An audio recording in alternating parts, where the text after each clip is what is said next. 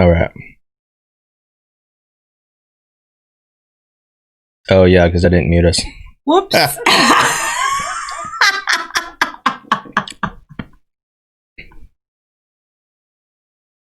wondered why he asked why there was no screen. Hey, what's up? Welcome to the Untitled Nerd Show. You heard the behind the scenes content. So, yes, that was great.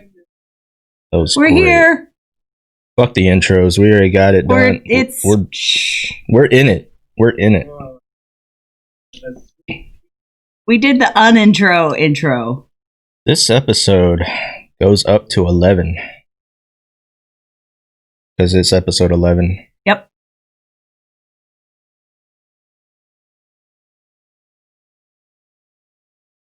Yeah. Oh, they're on YouTube? They're on his YouTube. But they're on our Twitch too. Like on the YouTube as an entity. They're on the YouTube. The YouTube. He most certainly does. Fuck off. Did you mute us backwards?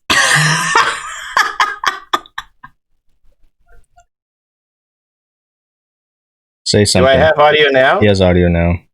Do I have audio? Am I here? Hold on. Yes, Leroy says I have audio now. Okay, hold on. There's audio. I'm holding on to my... See, I could really fuck. Hey everyone, welcome to the Untitled Nerd Show. Here we go. I could really fuck everybody just going like. Hey, we could do a bad lip reading video. What? Yeah, I am something right. Okay. So as you guys can hear, we have our special guest, MrSoulcreek, today. Yep, MrSoulcreek. Yeah, you are very special. You are a very special guest. He is special. Special. Well, I mean, at this point, is Tara a special guest too? Well, she's always been special. Well, only when I wear my prescription helmet. Oh, okay, got it. Did you? Wait, you got a helmet? Did you ride the short bus to get here? Always. I'm the captain of the short bus. The captain of the short bus. I see. Is that like being the line leader in kindergarten? It's like being a squad leader in boot camp. There you go. A team leader. It's like being a team leader. Yes. I am the... So let's jump in to, the big reason why we have Soulcreek here joining us is some Final Fantasy talk. I am really excited to hear about this. He is experienced somewhat. I have been avoiding Final Fantasy stuff because I may or may not play it, but I do want to know from the experts how this breaks down. So break it down for me, I can't boys. really call either of us experts, but we are more expert than anyone else here. So I was going to say, you're more expert than me. More expert than me. So Soulcreek, I think as a viewer, I want to hear your thoughts on what you saw. I think your final stream summarizes the whole situation with Final Fantasy Remake pretty well. Like, some parts of it were just brilliantly made. Yeah. It was a heart-to-heart adaptation of the old game. But some other parts were just so stupid and stretched. For example, the end of the game, the end of the first chapter, basically, of this whole remake situation, were like 6 or 7 boss fights row to row. Yeah. This was super boring, super tedious, and it just wasn't fun to. I don't know if it was fun to play, but it was certainly not fun to watch. It was because it was just so boring. I was probably like halfway through. I was ready for it to be over, and I wasn't even. I knew I had another chapter to go. So wait, so the last part of the game was a boss rush? The last 2, I started that stream with 2 chapters left, thinking that it would be fairly short. The stream ended up being 5 hours for 2 chapters. Wow. 2 chapters full of, I want to say it probably ended like at 8 or 9 boss fights. And these weren't really real boss fights either. They were just out of nowhere. Some Like you of would them, go yeah. down the street and out of nowhere there jumps a giant robot on the streets and you need to fight this robot suddenly. And this robot had nothing to do with anything about the story. Yeah.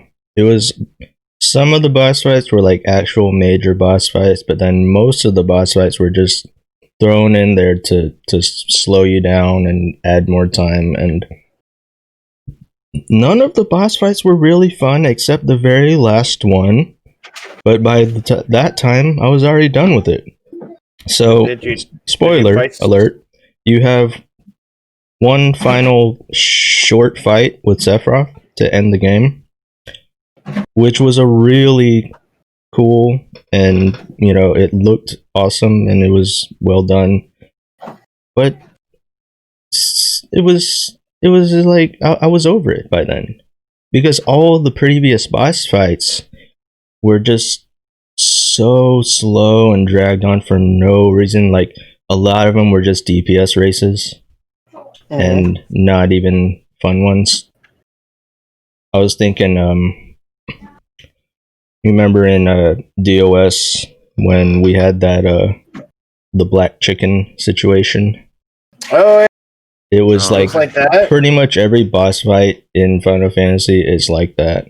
Not in the sense that they are constantly multiplying, but it just in the sense that it's dragging on. It's not really that hard, but it just drags on. So it's like that without the funny part of it. Fighting chickens. Yeah. Yes. Oh, Plus, this entire situation takes a lot of the story from the game, because in the original, the highlight or the finale of the first chapter, the Midgar part section of the Final Fantasy VII game, was basically that the Shinra Corporation did a very, very bad atrocity. They killed thousands and thousands of innocents, and you were just beaten. You were defeated and you just fled because the whole authority and the whole government wanted you dead, and you just fled from the place. Wait, and so that's the ending? This was the ending of the Midgar section in the original game. Yeah. And in this game, barely anyone dies of the innocence that is. Then you constantly have these visions with Sephiroth that totally takes away from Sephiroth's character. Because in the original game, he was a menacing threat. He was basically a myth. And in this game, he shows up like every 15 minutes in a vision and just smiles at you and laughs at you. And he's more like a Saturday morning cartoon villain than a real threat. And the finale of this remake was just so strange. Suddenly you get pulled into a different dimension where all these phantom ghosts create a giant fortress of star powder stuff. It has nothing to do with anything. The second to last section before the Sephiroth fight was the most Kingdom Hearts shit I've ever seen. Okay, so here's my thing though. I don't know. Was this game meant to be a remaster of the original Final Fantasy, or are they remaking it and doing their own thing? I think that's why they call it the real remake. thing. There are three things. Remaster is basically you just polish the old game, like give it a better resolution and stuff like that. Right. Then we have the remake, where you basically make the entire game new, like the whole engine and the cutscenes and everything is new. And then we have this situation. This is a reimagining. They add a lot of shit that has nothing to do with the original story. In my opinion, they destroy a lot of the characters in the game because of that. And they basically tell an entirely different story than the original was. And I don't like this. I don't like it, he says. They definitely... So they kind of... I wouldn't say they ruined Aerith, but they tried too hard with her. Okay, she's already an important character, but they tried to make her more important. So Sorry, kids are being loud. So my question is though, as Final Fantasy VII is a iconic game, like everybody says that if you're going to play any Final Fantasy game, that is the game you play. For someone like myself who never played it, who's never really big into Final Fantasy, who is looking at Final Fantasy VII Remake as the opportunity for me to go and experience this iconic game, is this not what I should do? If you're looking to experience what Final Fantasy VII was, you're not going to get that in this remake. You'll get something else, and you might enjoy it, but it's not going to be what people fell in love with 20 years ago. You can think about it like this. In the original 3 Star Wars movies, Boba Fett was a fucking cool character. He was a badass. He was just only was in the background, and that made him a badass. Now imagine they would redo all the 3 movies, but Boba Fett is now one of the main characters because he was a fan favorite in the old movies. And this is basically what happens in this reimagining of the Final Fantasy game, because the developer knew that Aerith and Sephiroth are 2 fan favorite characters, and now they shoved them into every corner of the story. Everything that's a bit empty, you throw a Sephiroth cutscene in there. Okay, so what you're saying is in the like Boba Fett relations aspect of it, the cool thing about Boba Fett was he was mysterious. He was this menacing individual that you didn't know a whole lot about, but you know people feared him. Yes. And they took that character, Sephiroth and Boba Fett, and they put him in the forefront and shine a light on him and give him all this story and this background. He stops being as menacing, is what you're saying. Now, in the case of Sephiroth, he has this background, and you learn about this background in the flow of the game. Yeah. And this is what's so cool about it, because in the first part of the original, as I said, Sephiroth is more of a myth than a real person. Well, so and what? The first thing you find out of, or you find a clue about him, is just a giant kaiju snake that's like big as a 10-story building, and it's just getting one-shotted by Sephiroth. There was no sign of any fight that is going on there. You just knew that Sephiroth fought this snake, but there are no signs of a fight. So he just one-shotted that snake, and this is the first thing you find out about him. So, like, and I have to ask this question because I'm curious, because you brought up the Boba Fett's, correlation. If you got a game where you played as Sephiroth back in the day, do you think that'd be exciting in the same way that, The Mandalorian is exciting for people to watch that? I think it would be fun. Would be fun, yeah. Would it be necessary? The story from the eyes of Sephiroth, that could be fun, yeah, but you wouldn't lead with this game. But, spoiler alert, you already do get to play a section of Sephiroth's past in the Final Fantasy storyline. In Final Fantasy VII Remake or Final Fantasy VII period? Not in the remake, but in the original, partway through the game, there is a flashback section where you're actually seeing what made Sephiroth into what he is, basically. Oh, so that makes me wonder, do you think they'll try to make that its own game? I don't know. It would be... that's something that doesn't need to be stretched out. Well, a lot of people have argued. I've heard this argument a lot that this game itself, because it's the Midgard section, wasn't a very long section in the game originally. Didn't need to be stretched out either. So, and me being a person after you made that correlation, like to Boba Fett and everything, having already thought to myself, "Oh, that'd be kind of cool to play a full game as Sephiroth." That's probably already something that's been brought up. Yeah, but what are you going to do? You're going to have Sephiroth going around doing side quests and shit? Probably. I don't know. I don't think that works. So I have a question. Because this is the second...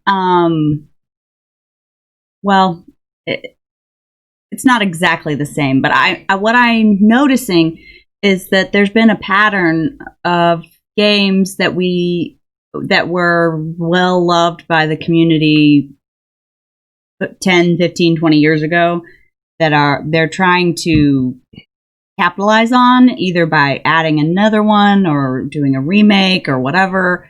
I know how the Kingdom Hearts thing went, and then this, and I'm sure there's a couple others I'm not thinking of.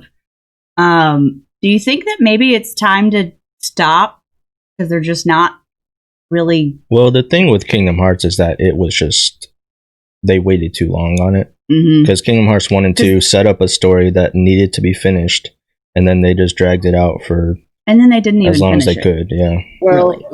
the industry in general, I think, has been on this kick of remaster and remake for the past 2 years. I think we've kind of touched on this topic in the past when we talked about like the Crash Bandicoots or the Spyro or all these other remasters and remakes that are coming out.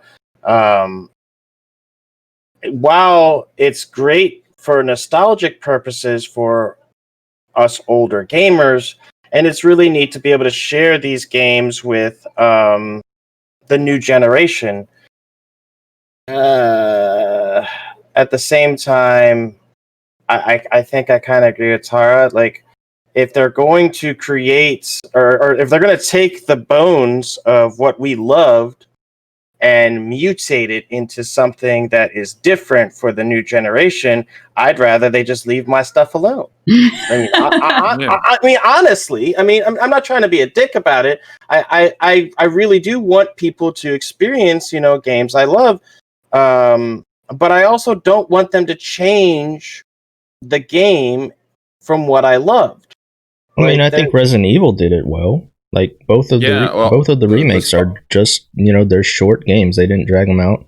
They're like 5 or 6 hour games. And so that was my question: is because I don't know, like, is there an example of it being done well?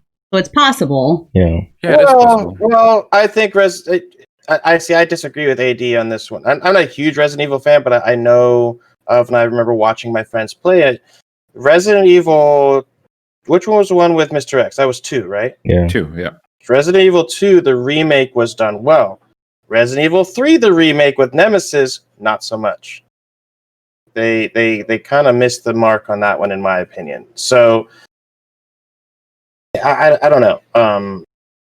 It can be done right, but it's difficult. I think the one that comes to mind that I think was done best was Medieval.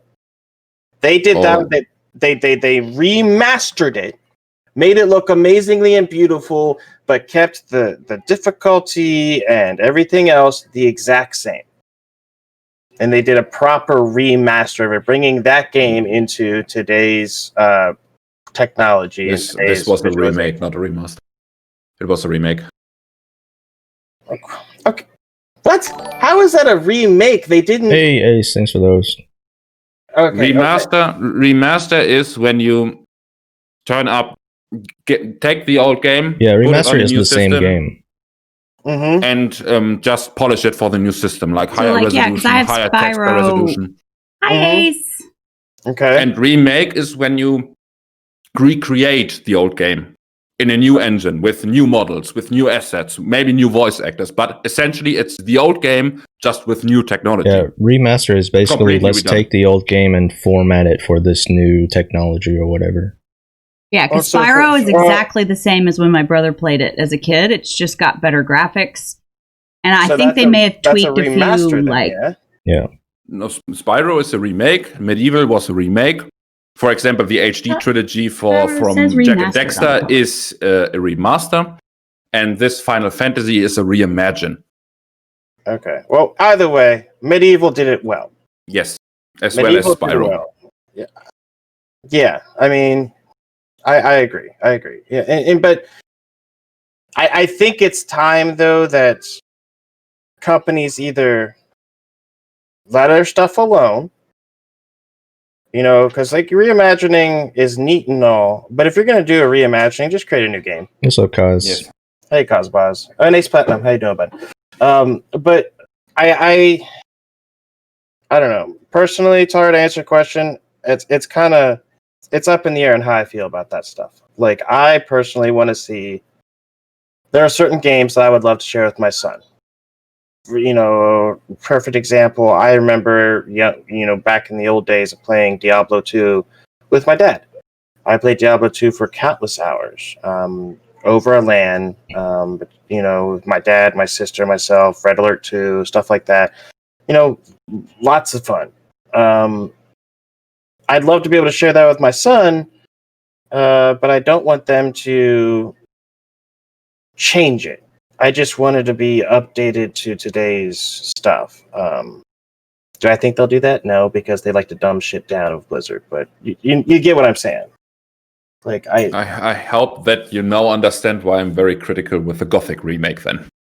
Well, no, I get why you're critical with it, but I don't know enough about Gothic, and this is why I'm kind of letting you guys talk about the whole Final Fantasy thing. I don't know very much about it, but and again, I don't know a whole bunch about Gothic either, but are they changing things? Are they reimagining, or are they remaking? I guess is what I'm asking you. In the Gothic one, they're reimagining it. Okay. So, but are they doing it well, or are they destroying what Gothic was? In what they have shown in the teaser, they destroyed most of the thing that Gothic made Gothic. Okay. So. Okay. And that's fair. That's fair. But there's your answer, Tar. In a long, drawn-out way. I think too that there's a certain amount of anticipation that like even if you're not trying to, it kind of it raises your expectations.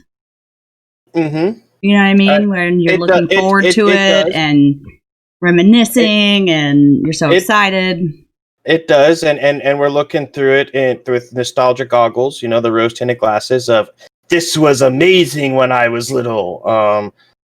And when you go back to that game or have it remastered, it's probably not going to be a remake or whatever it is. It's probably not going to be as good as you remember. Perfect example. I watched a movie when I was younger called The Beastmaster. Now, if anybody remembers The Beastmaster, it was made back in, I think, the 80s, late 80s, or early 90s. It was bad. But I remember it as a kid being this badass guy who could talk with animals and do things and fight people with stuff. And I remember when I was like my senior year in high school, I was able to get it on DVD. I was super excited, put it in. And I put it into the DVD player, my buddy, and I was like, you got to watch this movie. It's the most amazing movie ever. I remember it as a kid. And we both stood there, and it was a big screen TV, and we started the movie, and 10 minutes into the movie, we're still standing in front of this big screen movie, just watching it and slowly backing up and sitting down on the couch. And the disappointment just slowly sinking in. So by the end of the movie, we were making fun of it. Oh my gosh. Yeah, I mean, Beastmaker, not Beastmaster. It was just so bad. But it comes with stuff like that. When you're a kid, something that seems awesome as a kid is going to seem very different as an adult, I think. And you remember things, differently in your brain. Yeah, that's what made this remake so hard for me. Because I wanted it to take me back, and every time I heard the music, every time I heard Tifa's theme or Aerith's theme, I wanted so hard to just like this game and appreciate this game, but then they just throw so much bullshit at me that it's like, man, it's so disappointing. I think the stuff that they properly remade from the original one was pretty decently done. Yeah, it was a good, especially the opening of the game. It was a one-to-one adaptation. It was good. It was great even, and the stuff that drags this remake down is all the stuff they added to the original, in my opinion. So the stretcher. The stretching elements, just like. Oh, in the original, you would just walk through this hallway. In the remake, there's no 3 puzzles to reach the other end of the hallway. Mm-hmm. And And all the story stuff that they added with this whole Phantom Ghost storyline, that was pretty nonsensical, and it wasn't exciting as well. It just was there.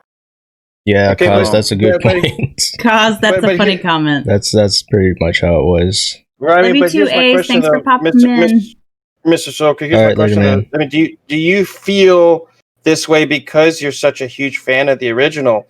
Because I'm not gonna lie, I've seen other people who've played it, people like her in my shoes who've never played Final Fantasy VII, the original, who say Final Fantasy VII Remake is one of the best games they played in a really long time.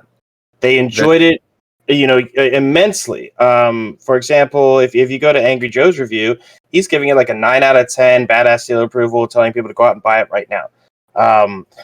You go and see that, and he never played the original. So, Yeah. is it a good game if you cut yourself off from Final Fantasy VII, the original? That's the thing. I'm not a fan of the original. You're not a fan of the original at all. No, I'm the original killed the Final Fantasy series for me, because I was a giant fan of the games from 1 to 6. I played them all multiple times. I loved them. They were classic role-playing game, turn-based combat, and more in a medieval fantasy setting. And 7 did a complete 180. They made a future setting with more anime-inspired characters and character development. I appreciate the game for what it was. It has a very, very exciting story. It had good characters, but I don't like the game itself. Yeah, Final Fantasy VII was definitely the more. It's when they did the more mainstream turn on the series, because it definitely is a change from what Okay. it was. Well, see, so as Mr. Soulcreek, to be entirely honest, you are the minority. I don't often hear that take on it, which is interesting. Okay, well, same question then to you, real quick, AD. You are a fan of the 7. If you cut yourself off from 7 entirely, was Final Fantasy VII Remake a good game? I think the story can be enjoyed as a new story, but the fact that everything is dragged out is made it not unenjoyable, especially the ending with all the boss fights that just lasted longer than they needed to. Okay. So I think a lot of it was like just forced time. Yeah, and I had the same problem as a viewer of 80's playthrough. Okay. You felt that the story arc was coming to a closure. You just felt it. It was right around the corner. There were multiple moments in the stream where 80 said, "Okay, this is the boss arena. This needs to be the final boss." Mm-hmm. Oh, did we lose Soul Creek? Yeah, then we lost him. Oh no, we lost Soul Creek. Hold on, we might get him back here in a minute. He is beaming from across the ocean. With the bosses at the end and the scale of those fights, do you think there will be any tension going forward? I don't know. Well, I mean, the boss fights just really took me out of it, man. I can relate to the boss fights. You expecting the end of the game coming based off the game I finished last night, and we'll give Soul Creek a minute so we can change topic and come back to it if we need to. Give Soul Creek a minute to see if he can come back, but because I finished South Park, The Stick of Truth last night, and I felt the same way towards the end. However, they did it in such a way that they used comedy to make it enjoyable. You didn't get that Final Fantasy at all? Well, no. I think this game, like Final Fantasy VII, the original, definitely was a more goofy game. It's a classic Japanese style storytelling. It's goofy. It's got its moments. This one, I think, took itself more seriously. Too seriously. Mm-hmm. And it threw in some of the comedy in there, but I think it's definitely a more Americanized version, Mm-hmm. which is probably where it fails. Okay. Yeah, that's a good point about the big snake. Yeah, because like Soulcreek mentioned, that was supposed to be like the first big intro to Sephiroth, and the original one was like, oh, he just cut down this giant snake. And like, considering the end of this remake, when I fought a fucking giant Titan thing, I am back. like, Sorry. how the fuck am I supposed to give a shit about this snake now? Okay. Well, Cosmo brings up a good point too. The difference to Nerdy is that South Park is one game. Remake is going to be one of 3, maybe 5, or whatever. But that's fair. That's fair. What was the last thing you heard of me? You were going on about Final Fantasy. What exactly, you dingus? My train of thought got it got thrown off because we were talking about how like the ending was like dragging on. Yeah, there we go. We were talking about dragging. I was using South Park as filler until you got back. Yeah, so okay. Because it was what I meant was that you felt that the story arc was coming to closure. Mm-hmm. Every room looked like a boss arena. We knew that the final boss was pretty close. Eddie was in the second to last chapter, and they just never stopped throwing shit at you. That had nothing to do with the overall story. It just happened and happened and happened and just wouldn't stop. I think that it has very good and well executed elements, the entire game itself, but especially the ending was. I wrote it in chat at this evening that it dropped from a 7 to a 6 to a 5.5. It just dropped and dropped because it was so tedious. Okay. And yeah, I think the ending really, just the last 2 chapters alone would really kill the rating, because up until that point, like, I think for the most part, like, the game up until the end is well done. Like, the story is well done. You know, they add in a lot of stuff, yeah, but it's not like, you know, I don't hate it. The original story's still there. But then it seems like it just took a complete, you know, hard turn at the end and added in all this weird Kingdom Hearts bullshit. Yeah. Do you think Final Fantasy Remake focuses too much on the meme moments that persisted over the years rather than the whole thing? Too much focus on the Dawn Cross. Yeah, that part was dragged on a lot. And the Aerith cutscene near to the end was pretty weird as well, where she Aerith suddenly knew everything about the cosmos and that you need to do this to trigger this, so this happens, and just, why do you know this? How do you know this? Like, Aerith is suddenly this freaking, like, omniscient being or something that just knows everything. I mean, yeah, I get it, considering who she is, or what she is, but, like, we don't need to go into that much detail about her. We're gonna get enough of her later on. So. At this point in the story, she was just a flower girl. Yeah. Okay.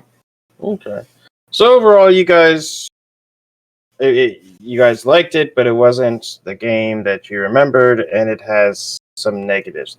I was enjoying everything up until the end. Okay, so what would you like to see? And obviously, there's going to be another one. There's going to be probably a few other ones. In the next iteration of this remake, this reimagining, I should say, what do you want to see in the next one? Because from what I understand, the next part of the game opens up the world. It basically becomes like an open world game. Yeah. What do you want to see? Do you want to see that open world game? Do you want to see a whole, big huge giant map full of question marks like an Ubisoft game, or what do you want to see? At the end of Remake, when I saw that character live, I almost choked on my drink. Rage. I personally would hope for. Oh yeah, some people did. Some people survived that originally died. Yeah, I forgot about that. Undied. Yeah.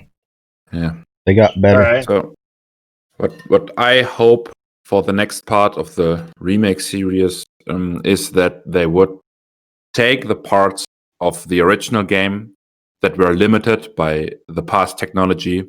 Like, for example, it wasn't an open world that we would see in a modern game. It was an overworld with your little icon wandering over it with random encounters. It was like The Legend of Zelda 2, for example. Yes, no, I'm tracking. That they would iterate on this, like make it a proper open world, make it an open field with stuff you can find, make it this, because all this that this oversized map was representing in our head is creatable nowadays. They just take the old story, take the old character development, take the main secrets that you could find, and just expand on it, create a proper open world, like that you barely can see the horizon. This would be a great reiteration of this, in my opinion. Okay, so but obviously open worlds pose their own issues. You can only make an open world so big. When you have an overworld HUD like you're discussing, where you can move throughout this basically the entire planet, it's going to be bigger than what they're going to be able to technologically be able to create, unless they do an open world scenario like, The Witcher 3, where you have open worlds, kind of connected in different regions. Is that what you would want to see? And again, do you want, a map cluttered with a whole bunch of question marks like an Ubisoft or even a CD Projekt Red type thing? Or do you just want a map and then you just discover things on your own, more like a Skyrim? It was more like a Skyrim. It was the original. Okay, so is that what you want to see then? Yeah. I don't know if they could. This sort of. I don't know if they could open up the entire world at once in one game. I think it would have to be sectioned off. Okay. So like regional areas per game then? Maybe.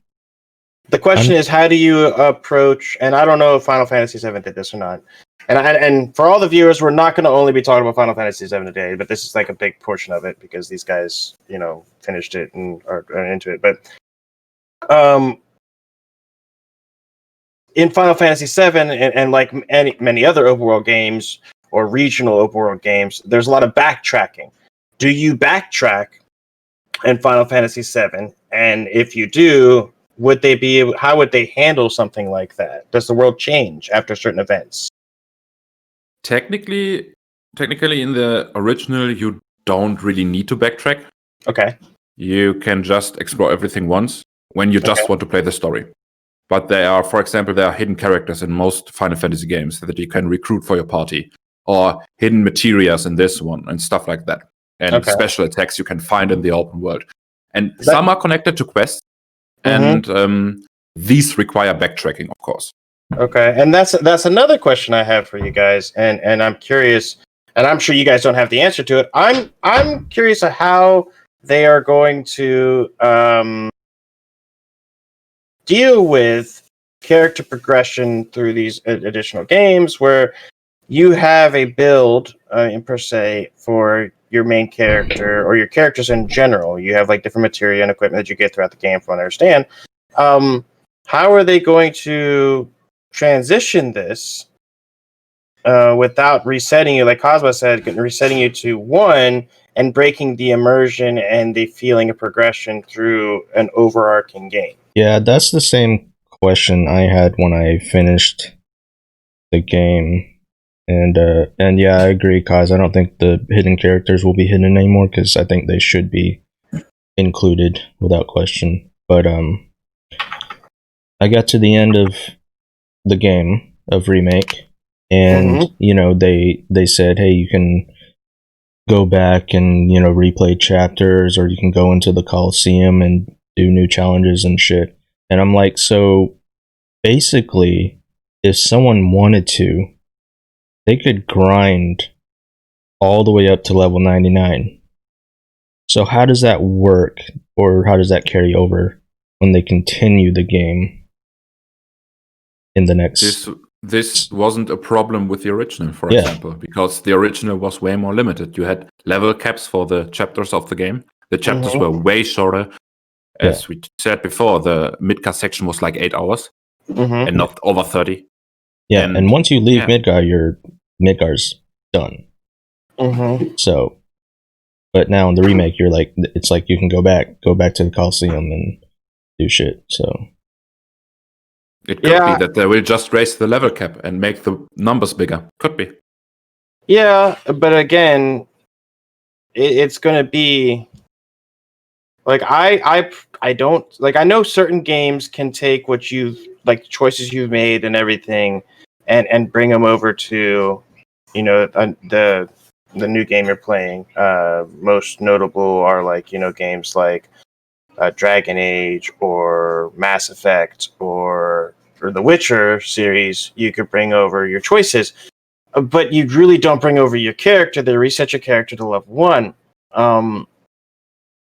In a game that was originally a streamlined single game experience, I think they're going to break immersion.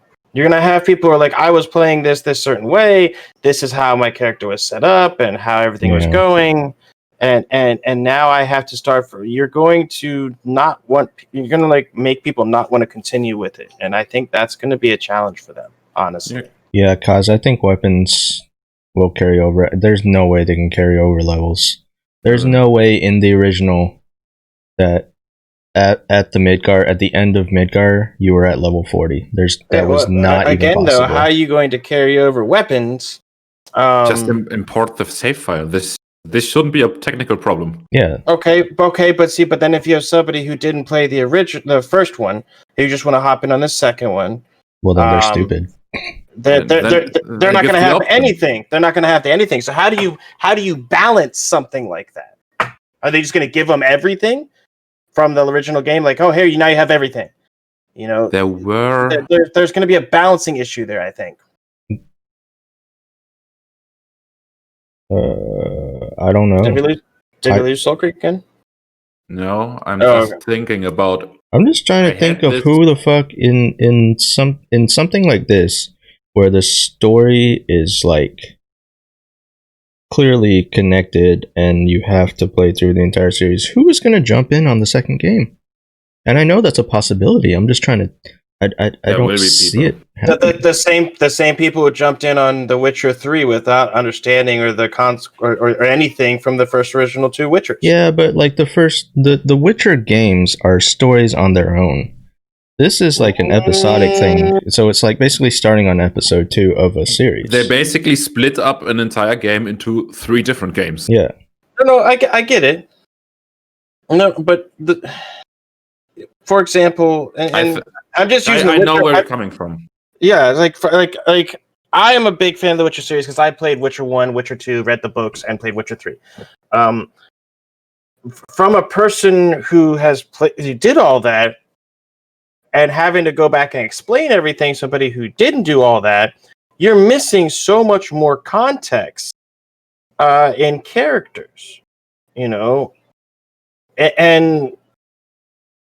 I think, me personally, I think in order to actually, really experience the entirety of The Witcher, you have to play all 3 games and read the books.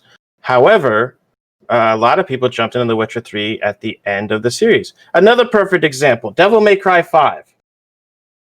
Okay? I have been told many, many times by big fans of the series that in order to truly understand Devil May Cry 5, you have to play the previous games. You know? But a lot of new people jumped in Devil May Cry 5 as their first Devil May Cry game. The same could be said with Kingdom Hearts.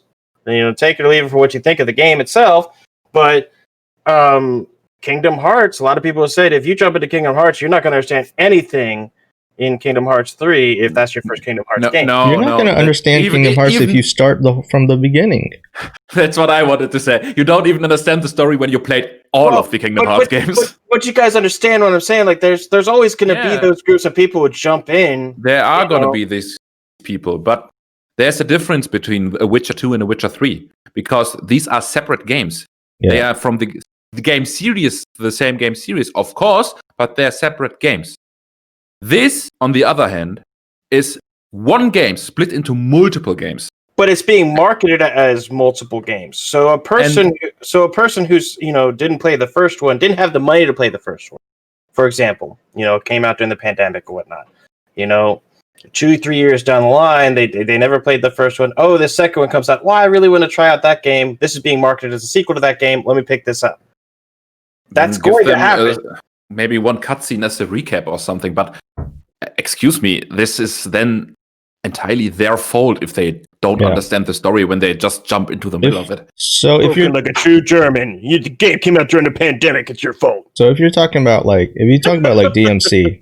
You talk about DMC. If someone's jumping into DMC 5, then obviously they just want to experience a DMC style game, and they're probably not worried about following the story.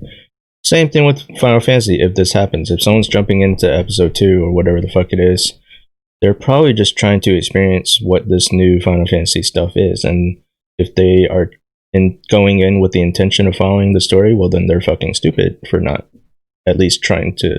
I mean, I don't buy the sixth Harry Potter book and cry around that I don't understand the story and who the fuck is Voldemort. Okay, but I'm not just talking like story-wise. I'm talking to progression and balancing and all that other fun stuff. And because Final Fantasy is a game that is so built around the story itself, okay, you can't deny that it's built around the story itself. There's no denying that. So, but like I said, if somebody wants to jump into this game, the second one, the third one in, because, they weren't old enough to buy the game. They never got to experience it. They didn't know about Final Fantasy till now. They lived under a rock, whatever. You're going to have a large group of the population who's going to be like that. You're going to have some way of making it approachable and available to those people without having a balancing issue for the people who've been playing it from the very beginning. I mean, every single game series has done that, and yes, I understand this is a game that was all one game originally, but they are now making it into multiple when games. Your depression started. Oh God, I would. I could see that. I think what Final Fantasy 13 is still not a good one to start on. What they could do is make a story recap cutscene at the beginning. What happened in the first part of the game? That's what I would think. And then, I mean, we have talked about this. They basically the only thing they can do is reset the level count. Maybe keep the items and materia you have, but reset the level count. You're just way too high of a level at this point. Okay, and then you have the option. Hey, we located a save file of Final Fantasy VII that was completed from the first game. You can import everything of your game file, of your save file, and you have all the items you collected. Right. Or the other option is, I'm a new player. You get the base kit, the stuff that you need, not everything, because you haven't played the first game. You're a fucking pleb. So you have the base kit that you can start the game with. You have the story recap for the chapter 2. And this is the only thing. As I said, you just don't jump into the middle of the story and then cry around that you don't understand the characters. They start you off with some base level materia, some base level weapons, and leave it at that. Okay, but like I said, Mr. MrSoulcreek, and I'm not disagreeing with you. I agree with you. If you want to experience a story, you start from the beginning and you follow it to the end. But there are individuals out there who, for whatever reason, they're plebs, like you said, and I would agree with you. But there are people who don't have the money, who didn't have the opportunity. It wasn't available where they're at the time. There are multiple reasons why people wouldn't have been able to play the first game. I'm not disagreeing that point. However, hey, what's up, Lawrence? There just needs to be, like you said, I think a story recap in the beginning would be good. And I think having this is your first Final Fantasy game kit, and then this is your stuff that you brought from the original game. My only concern and this is something that the developer's going to have to figure out, and which would ruin the experience for the new players because it can make it entirely way too hard for them, or ruin the experience for the people who played the previous games, which would make it entirely too easy for them. Is there's going to be some sort of balancing issue? I can almost guarantee it. That's the thing that I'm trying to. I'm not saying I have the answer to it. I'm just saying that I foresee this being an issue. That's all I'm saying. They could also take the more or less World of Warcraft approach. Okay. Where everything from chapter 1 is completely useless. Okay. Or they could do place a vendor in the world. Okay. That you basically a legacy vendor where you can grind, because you are in a disadvantage either way. If they make the connection perfectly, you are at a disadvantage. You haven't played the first part. So what they could do is an open world game is always connected with some kind of grind. Yes. That you have the option to grind some currency.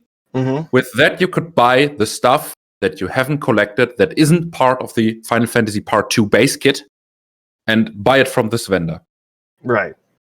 Could be a little bit of immersion and lore breaking, but I mean, yeah, I agree. There's always going to be concessions somewhere, immersion, lore breaking, whatever it is.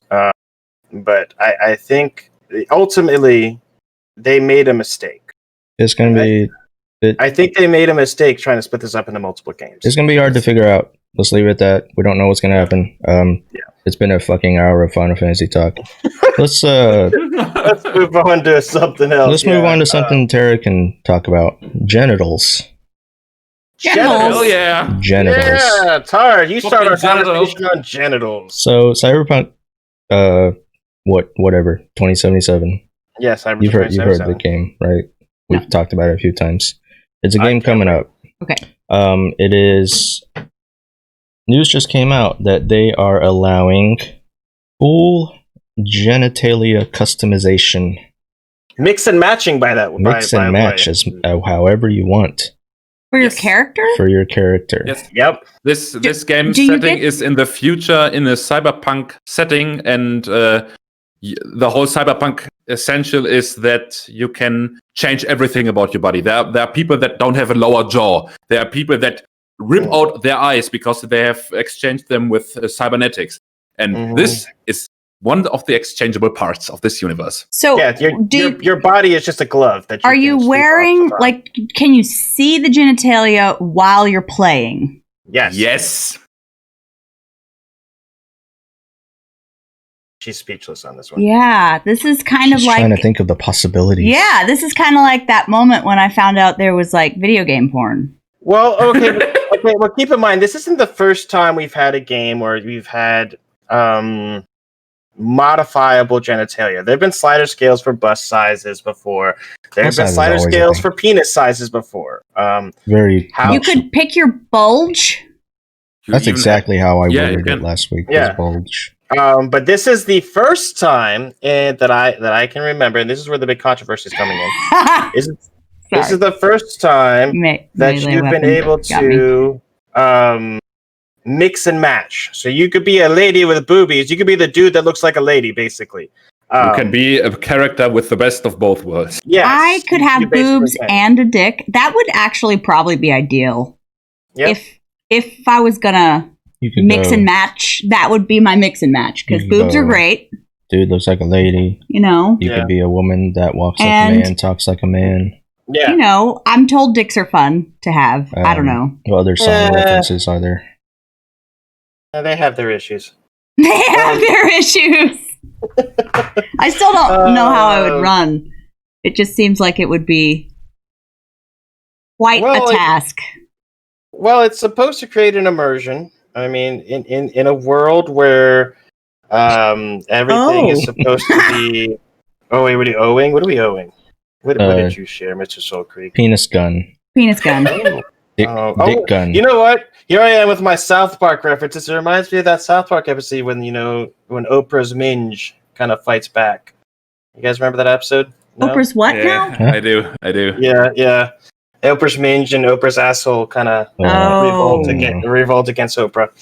Well, That'll happen. But anyway, but people are losing their minds as they typically do. Because, you have certain individuals who are like, this is wrong, I don't want this inserted into my video games, fucking crazy people. And typically to be honest, I'd be one of those people saying, I don't want things inserted in my games for diversity's sake or just having them in there. However, it is cyberpunk. It is cyberpunk. This is literally the world. It's not, you're not supposed to take today's politics and insert today's politics into the game. And that's what these people are trying to do. This is Cyberpunk 2077. This is supposed to be an entirely different realm, and this is an immersive aspect of it where you can create whatever you want on your person's body. Everything is interchangeable. You snap it on, snap it off, however you want to do it.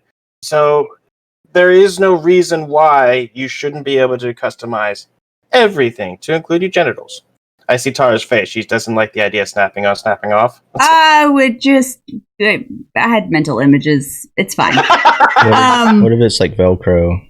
Yeah, or like a zipper. I don't know. Oh, it makes that noise too. But here's the thing. I kind of like this, doing it in this context that you're describing, where it's non-political, non-statement within the game. Now, right. I'm not speaking to the game creators' motivations or anything like that, or how it's going to be perceived, or who's going to take it and run with it. But it's CD Projekt Red. They don't give a fuck. They really don't. I just, why not? Get weird. So if we do want to talk about some political stuff and some forced diversity, I think it's time that Tara knew. Oh, can I break? Shall we drop the bomb? Well, we're not. Okay, Soulcreek, spoiler free. Spoiler free. Spoiler free. So Tara, you haven't been here for the last couple weeks. So you're really excited about a particular game. Yes. Oh no. Okay. The Last of Us 2. Yep. Is a game that you're really I don't want to spoil anything for you, but there has been some insertion and chat, don't spoil it for her. God damn it, Leroy. Okay. Don't do it. But there's some insertion of diversity, for one, and you are not gonna like how they're treating your favorite characters. Oh no. Okay, Tara, I'm not gonna spoil anything, but are you ready for David Cage level of storytelling? Yes, that is what's happening. Oh no. That's the worst. It is. It is. There are different things why different people are upset. My personal reason for being upset is very much so fans of the original game, like yourself. This is going to break your heart. This game is going to break your heart. Oh no. And then Mr. Soulcreek, he's upset because of, what was your reasoning again? Two things. Oh, I was thinking of the best friends too when you mentioned the bingo cards. How they try to sell it, and like for example, everything that they showed about this game, every trailer, every screenshot, every poster is about Ellie. Is about Ellie, and you're not playing as Ellie. It's half of the game. Yep. What? Yep. Who are you playing as? And why that we won't spoil anything about the story. I'm not telling you who you're going to play as, but you're not going to be happy to play as that person. Whoever you're playing as has everything to do with this forced diversity bullshit. Oh no. Yeah. Has it been this way all along? And they just haven't revealed it? They have basically redone the entire game in the development process because it is proven now because of political reasons. Mm-hmm. And this new iteration of the story is the entire cutscenes, nearly all of the important cutscenes, and the entire plot of the story leaked. Sony and Naughty Dog want to tell us that this was because of an hacker attack. No, it wasn't. That's just It was a that's just disgruntled too stupid. It's employee. just so implausible. That's not really possible. No, they didn't pay someone, and that person got pissed off. Whether or not you, cause that's the worst news ever. I still can't talk about season 8. Cause and Leroy, on a separate note, I had no idea you guys were best friends fans. That they were like a big inspiration why I even started doing this shit. So I've been watching them forever. And for example, they shelved a lot So of they this. redid the game. Is it still coming out in June? Yeah. Yep. It is. That's the reason why. Like at the beginning. Yeah, that's the reason why they pushed the release date back up, because they weren't done ruining it. Yeah, because the spoilers came out, so it was like, all right, let's get it out there. Yeah.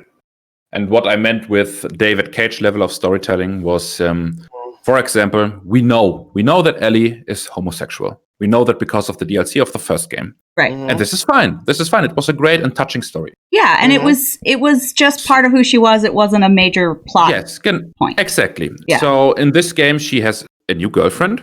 It's cool. But this girlfriend is also a person of color. And this girlfriend is not only homosexual, she's bisexual and also fucks an Asian guy.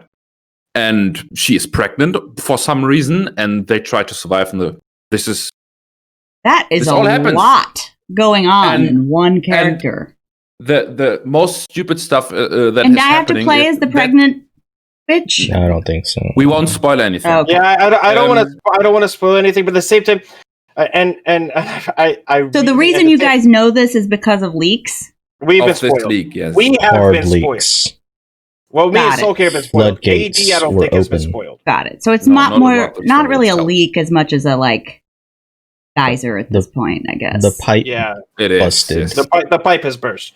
But Got it's at the same time, I'm like physically holding onto my chair, trying to restrain myself, because I want to tell you some of this stuff, because I know if you experience it in game, it's going to break your heart. Yeah. And I want to warn you, and at the same time, I want you.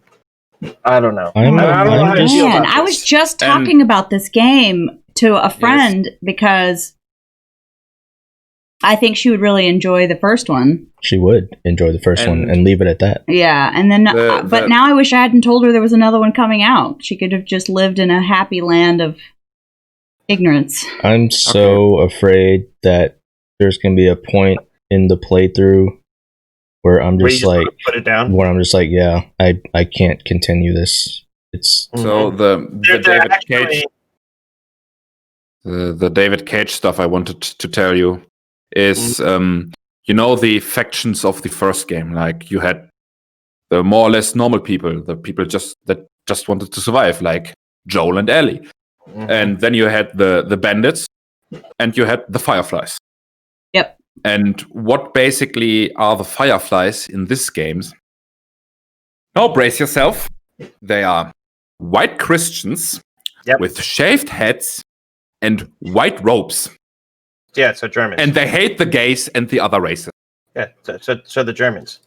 What the They're fuck? Nazis It's like the / Klan KKKs. Nazis. This is David Cage level of storytelling. So, okay, hold on, wait. Somebody said, Kaz, you said you didn't think a sequel was needed? I don't think. Yeah, I didn't think it was. Don't spoil it for her. Well, okay, it wasn't needed, but they definitely could have expanded. Like, I wanted to know. Obviously, they left it open for the possibility. Yeah, and I was fine with the way it ended. There's a unanswered question, right? That I was expecting this new game to answer, which it may seem like a detail, but to me, I want to know, like, did Ellie find out at any point if Joel didn't tell her the truth or told her the truth. Like, I want to know about that. So, well, Tara, what you experienced at The Last of Us 2, or not Last of Us 2, Last of Us, the game in general, is what every person experiences when they get to the ending of whether it's a book, movie, TV series, whatever. Yeah. That they have a really deep connection to the characters with. Yeah. I mean, everybody experiences that, and they want that additional closure, but they also don't want the closure. They want the story to continue on forever. Yeah. They love it so much, and that those characters have become that part of them. Yeah. So, the problem is remake is because of COVID?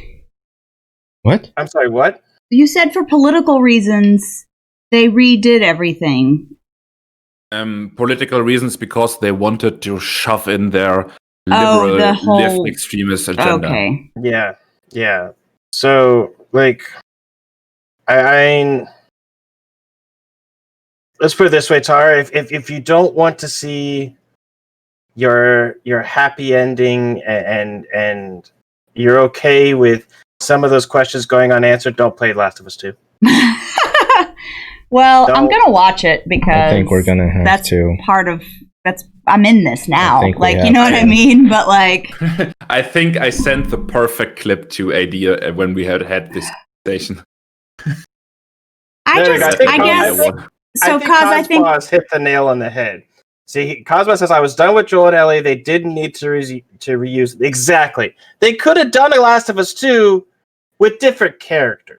No, no characters would have measured up to the Joel and Ellie story. I completely disagree. You don't know that. They could have told an entirely different story, not involved with them, and just set in the Last of Us 2 or Last of Us universe. Here's the thing. They could have done that. Am up to my ears in options if I want another post-apocalyptic fucking end of the world stories of survival. I wanted Ellie and Joel, Ellie, the lost child who was hurt and different and rejected, and Joel, who lost his daughter within 5 seconds, and then he reconnects with somebody even though he didn't think he'd ever reconnect with anybody ever again. And so hard. And then the trailer with the Sean James song in the background, and I'm like, oh my god, Ellie's a badass now because she's older.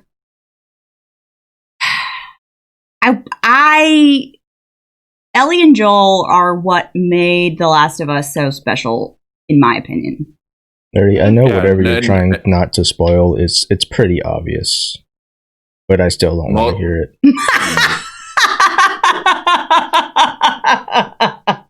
And that's why I'm so pissed with this game, because they marketed everything around that continuation of the story, everything around Ellie, everything around how will the story continue, and basically they story-wise they just abandon the characters halfway through, so they shove in this new character that you need to play. Stick to your headcanon. I like that. I have lots of headcanon when it comes to these things.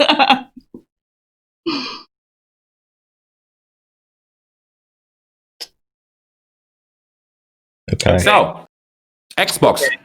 Yeah, let's move, because I'm if we don't move, I'm going to because I don't even want to be in the stream when Tara's playing live. Oh no!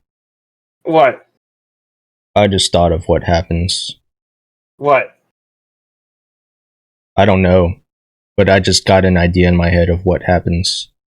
Okay, what do you think happens? I'm not going to say it. No, nobody say anything. Let's talk about something else. I'm not going to say it. Yeah, let's obviously, it has to do with Ellie and Joel. I'm going to tell you right now, Tara, I love you, and I love watching you play games, because it's so wonderful watching somebody new to gaming and nerdhood to play and experience games. And I love knowing that you are so passionate about this game, but I don't think I'm going to be able to watch you play this game. I honestly don't think, because it's I foresee tears.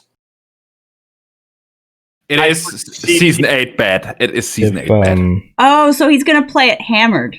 Well, there's one way to get in front of it.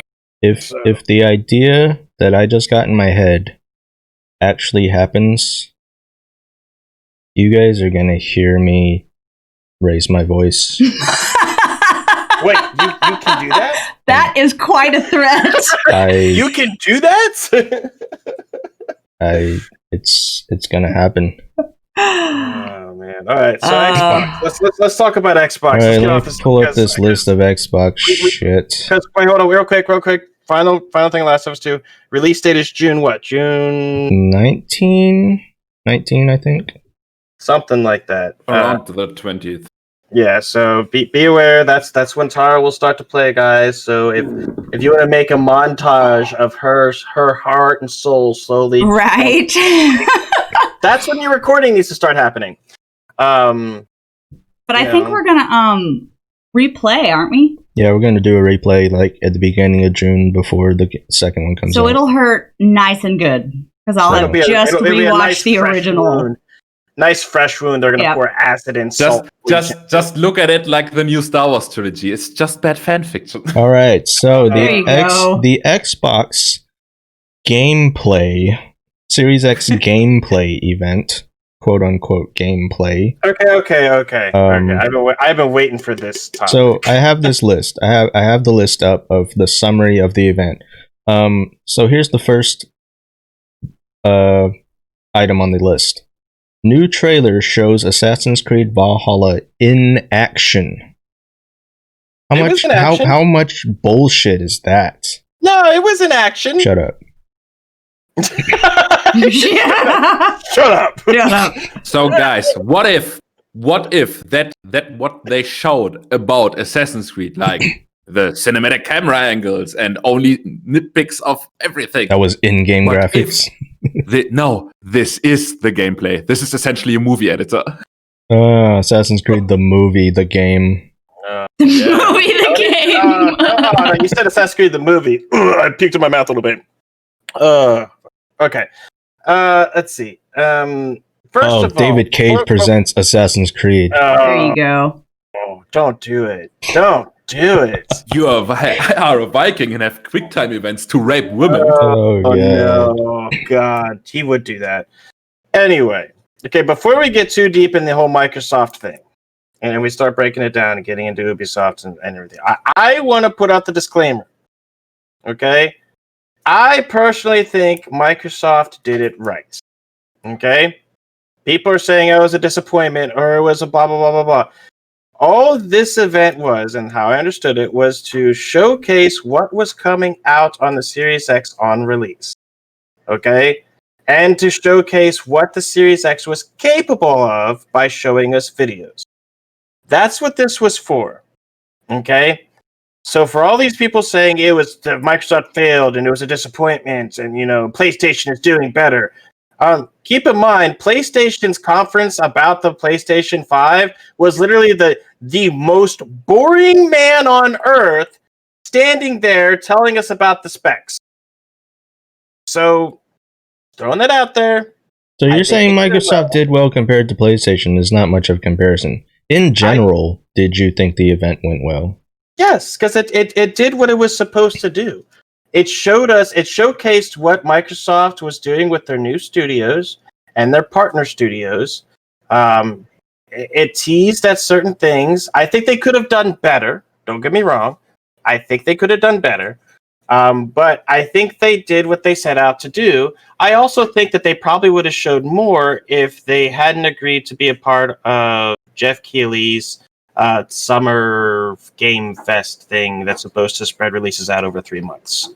So I think they did well because they showcased a lot of really cool stuff, a lot of really cool games coming out.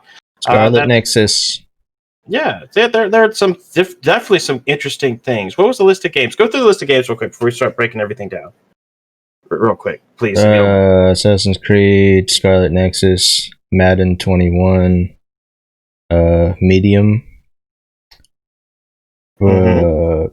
Bright Memory Infinite. I don't remember that one. Scorn was the first one, that weird grotesque shit that we saw in the beginning. The H.I. Geiger one. Dirt 5, Yakuza Like a Dragon, Vampire Masquerade, Mm-hmm. Second Extinction, Mm-hmm. Deep Silver, The Ascent, Yeah, I remember that one. All of the Sea, and that's it. Yeah, so they showcased a lot of smaller games. Because let's see, I remember The Ascent was that was that isometric ARPG. The Deep Sea one you thought looked cool. It was a very puzzly looking thing where the guy changed into like the fishy fingered dude. I think SoulCreek thought that one looked cool. Yeah, I mean, there was a lot of cool things there. I think a big thing was that people were expecting to see the big, huge blockbuster games. People were expecting to see your Halos, your Fables, and even I wanted to see Halo and Fables. Well, I think more of the disappointment was the lack of gameplay in a gameplay revealing event. Yeah, but is that Microsoft's fault or is that Ubisoft's fault? I don't know. Whoever was in charge of the event probably should have made sure that the actual clips were right. But here's the thing: in the time and the days of leaks, Ubisoft may have told them, "Hey, we're going to give you gameplay, but we're not going to send you the information over there until a day before the event, so you can compile it all together because we don't want anybody to get a hold of it. Look what just happened to Last of Us. So people are kind of playing their cards close to their chest. I would say that I place the blame more on Ubisoft than Microsoft on this one. We to be honest, we don't know that. They just marketed it as a gameplay release. They didn't release gameplay, and that's why people are pissed. Yeah. This entire thing was more of a Nintendo Direct. It just showed a couple of new games from all corners of the industry, but they just announced it as a gameplay reveal. So they marketed it just the wrong way, and people are disappointed because of that, because they expected gameplay. I can get behind that. I can get behind that a little bit. My whole thing is I think they did a good job of what they really kind of set out to do, which is get people hyped for the Series X. And they showed a lot of interesting stuff. Now, I will say, and this is the game industry as a whole, stop fucking giving me trailers without release dates, god damn it! Well, I don't think they even know. No. Nerdy has spoken. They know. Just give them the monies. They will make a game, to be sure. They know, okay? Because you know what? The Vampire Masquerade, Bloodblinds 2, that was delayed. They know when that shit's coming out. They know all that shit's probably coming out and being pushed back to when the fucking Series X comes out. Don't give me that bullshit. They know when the shit's coming out. Fuckers. Yeah. This doesn't show gameplay either. Well, yeah, it does a little bit. A little bit. Yeah, it's very minimal. Wait, I have to say, especially for a new gamer like myself, if I can't see gameplay, then I have a hard time knowing. Like, I guess what I'm saying is, if she can play it. When you tell me what type of game it is, sometimes that doesn't always register with me exactly what that means until I see a clip of it. Yeah, she's not familiar with genres yet. Like, the genres are nuanced in to a certain extent, such that I really need to see, like, am I slashing my way through this? Do I need to be prepared to miss most of my shots because I have to aim? Like, see, I mean, I do like the cinematic kind of. But I mean, any game can do cinematic shit. Like, even fucking Magic the Gathering, a fucking card game does. The perfect example of games show that are, and then I agree with Tara. Like, we need to see gameplay more in trailers, because look at these mobile games you get all the time. They have these awesome badass cinematics that looks nothing like the game ever. And to touch on what Leroy's saying in the chat, I'm finding games not having release dates because developers completely overworked and human rights are being abolished by capitalism. I disagree with a lot of that statement. Very much so. It depends on what kind of development studio you have. If you have the small indie developer, they will release the game when it's done. Yeah. But when you have a big publisher in the game, they have investors and they need to give deadlines to these investors. Yeah. So because these people are putting their money into the publisher, and this is a whole other giant hill of fuckery that is happening in the background. But essentially, Leroy is right. I disagree because of this. I disagree. You don't know how much work you can do in a specific amount of time. Sometimes there will be problems. You need to plan ahead that you have essentially a period of dead time that you can work with when something happens. And most of the cases, they don't work with that. They just work, okay, we have this deadline. If we don't reach this deadline, we just crunch the entire department through it. And this is sadly the reality we live in. Of course you disagree. You abide by capitalism, even though you're not in the top tier of it. Okay. All right. Oh, God. Oh, no. It's been a long time coming. Oh, no. You wouldn't have video games without capitalism. There. I said it. You wouldn't have video games as you know them without capitalism. Period. It wouldn't be a thing, and we wouldn't have any games to play without capitalism, first of all. Second of all, okay, you don't blame the system because you have people who are abusing certain aspects. Every system can be abused. Communism, socialism, all of them can be abused. You don't blame the abusers, you punish the abusers. Third of all, proper planning does not constitute an emergency on my part or anybody else's part. Or poor planning does not constitute an emergency on somebody else's part. If somebody fucks up, they should plan out the time in that to ensure that if problems arise, they can fix it. Okay? Perfect example. If I'm planning a training when I was in the military, I made sure I made a cushion period in. There were times when my first sergeant said, no, we can't have that cushion period. And then I made it very clear to my first sergeant, then there will be issues that will arise and there will be, things that are going to fuck up your training. Period. And he would get a Hufflepuff and be like, well, they better not be. Well, when he took away my cushion time, there were. And there was no way to avoid it. And when I put to him and said, hey, look, this was out of my hands. I put this to you before. It was on his shoulders, not mine, when Sergeant Major came down the fucking hill. So, no. Let's be very clear. You don't blame capitalism because some people are trying to be all fucked up and do things wrong. There are a lot of studios who do things well. There are a lot of studios who take care of their people. And there are a lot of companies who do things well and take care of their people. Like, I hear this shit all the time. It's not the system. I am back. Is unnecessary political talk over? Hey, hey, Soulcreek, which games from this showcase did you think were interesting? Well, Eddie's been playing some of these previews over here on this other screen, and I have to say that none of these games, with the exception of that vampire one there at the end, are showing me what the fucking game is like. This one does. The C game, the Call of Sea, or what this? I'm showing her Scarlet Nexus right now. This has some good gameplay stuff. That's a plant lady. Yeah. Oh no, the bouquet ladies. Yes. I forgot about them already. No, I thought that this Call of the Sea game looks very interesting because it has a very cool art style, an art style that I personally like, this comic style. Yeah. Plus, it has... Game.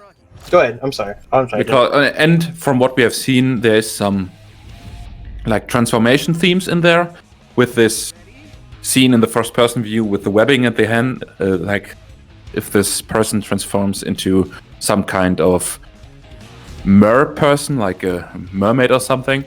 And this reminded me a lot of this. There was one horror game inspired by Lovecraft, and I'm a giant Lovecraftian fan, so I like these kind of topics, and it's named after the sea, and the sea is a big part in the Lovecraftian lore, and this is why I'm interested in it. That Under the Sea or whatever the game was. What was it called? Call of the I'm Sea. sorry. Call of the Sea. The Call of the Sea, the game, Not Little Mermaid. reminded me very much. I don't think I'll like it, but I'm sure it's going to be a really interesting game. Remind me of an old school game called Myst. If you guys are familiar with that game, back in the 90s, I think it was. But you were basically on this island, and it was a like a big game full of puzzles you had to solve. Ooh. So I think that's going to be an interesting game. I There's no personally, video. Oh, hold on. I personally am really excited about that isometric ARPG one, the cyberpunk one. It's whatever. Well, I like isometric ARPGs. Which one are you talking about? We haven't seen that one yet. Oh. Which one? The We did see Ascent. it. I haven't shown it to her yet. Oh, you haven't seen it I'm yet. showing Okay. her Call of the Sea. She likes Okay. the art. It's very pretty. That's what drew yeah. me. So. The Ascent looked interesting to me, and then obviously Vampire the Masquerade Bloodlines 2. I'm a huge Vampire the Masquerade fan. I've played White Wolf games for a long time, whether it be Vampire or Werewolf, and I love seeing games that I played on tabletop being brought over to the digital aspects. I think it's cool to see how developers do that. So that's ones I'm most interested in, to be entirely honest. So, is this kind of like Whispers of things long forgotten. you mentioned it's like a puzzle game. Is it like Ori and the Blind Forest kind of puzzle? What, the Mist? No, Call of the Sea. Sea. Oh, I don't know if it's a puzzle. I just said it looks like that. It reminded me of Yeah. that game. It looks I don't like know. an exploration game. I don't think it's very action-y. Yeah, This it's is- definitely going to be. I think it's very Terra playable. I could play that. I love how we have like the Terra playable. It's Terra category. level. It's Terra level. Terra level easy. So what I try to do, or what my plan is to play the things that are above my level, like in my own time, off by myself, where I can just slowly and painfully get better. So then, why are you playing Animal Crossing in your free time? It has For eyes, my kid. self-care She just nerdy, got sucked into it. my mental health is important too. And I got my best friend Christy playing it, and she came to my island the other day, and her husband, who I've known since I was 17, told us that we were I'm not going to use the word he used, but we're the biggest bunch of dweebs that he'd ever seen in his life, because we're like, Oh, I'm like telling her how to plant fruit trees, and she was having the same iron nugget problem that I was having, so I was able to pass on the wisdom that SoulcreK passed on to me. So it was it was a fun moment. Nice. And she's also sucked in. nice. So, okay, fair enough. But yeah, short answer, I do what I want, nerdy. That's Oh, why. okay. Well, that's fair. She can play wherever the fuck she wants. I need to get back into playing Bayonetta a few more times, because I want to play the second one. Yeah. I think you need to, personally, you're playing Bayonetta. You need to play a good RPG. I think that everyone should play a good RPG. I think That's your everybody- genre. I think everybody should play a good RPG. I mean, That's the he's same thing. just when like I say play Gothic, it's everyone knows that I would say to other people that they should play Gothic. just like AD thinks everybody should play a Fast and the Furious game. Yeah. So I mean, No. There's- Everyone no, thinks there that aren't everybody enough should play Fast a and Furious games. This is But the God tier level of And who's the gaming. RuneScape guy? Leroy. huh? I'm sorry. Oh, the RuneScape guy. Yeah, that is Leroy. Yep. Let's see if I got break down gamers by their types of games. Leroy is our RuneScape guy. SoulcreK is our Piranha Bytes guy, not just Gothic, but Piranha Bytes in general. Cosbaz is our local Final Fantasy weeb, I would say, because he also likes anime-esque games. Wrong. Wrong. Really? Meh. All you ever talk to me about is Final Fantasy and Xenoblade Chronicles and things like that, and Monster Hunter, which I consider more of a weeby game than anything. You don't fucking know him at all. He basically just, you don't know me. You don't fucking know him. I don't fucking know him. Apparently, You don't know shit. You know what? I pride myself knowing to my viewers. Apparently, So I'm interested to hear. I've been I don't really struck in the heart a little bit. I don't have any game that I would push on people because as much as I love a bunch of different games, like I know for the most part, I just love them because it's me. What was Well, that? I would have either said Dark Souls or What did Soul Creek say? Devil May Cry. Devil May Cry. I have never pushed anyone to play Devil May Cry because I know that's a me thing. That's a Rango that pushes Devil May Cry. Yeah. I've never pushed any game on anyone because I How does know. answering your questions make me a weeb? I mean, that's all I've ever heard you talk about. Fair, that's probably all I've ever asked you about. Okay, well, Cos, what would be the game that you like? This got hostile so quickly. I don't know how we got here. I'm not You're hostile. friendly, goddammit. Hey, I'm not hostile, even when I was. You're not telling.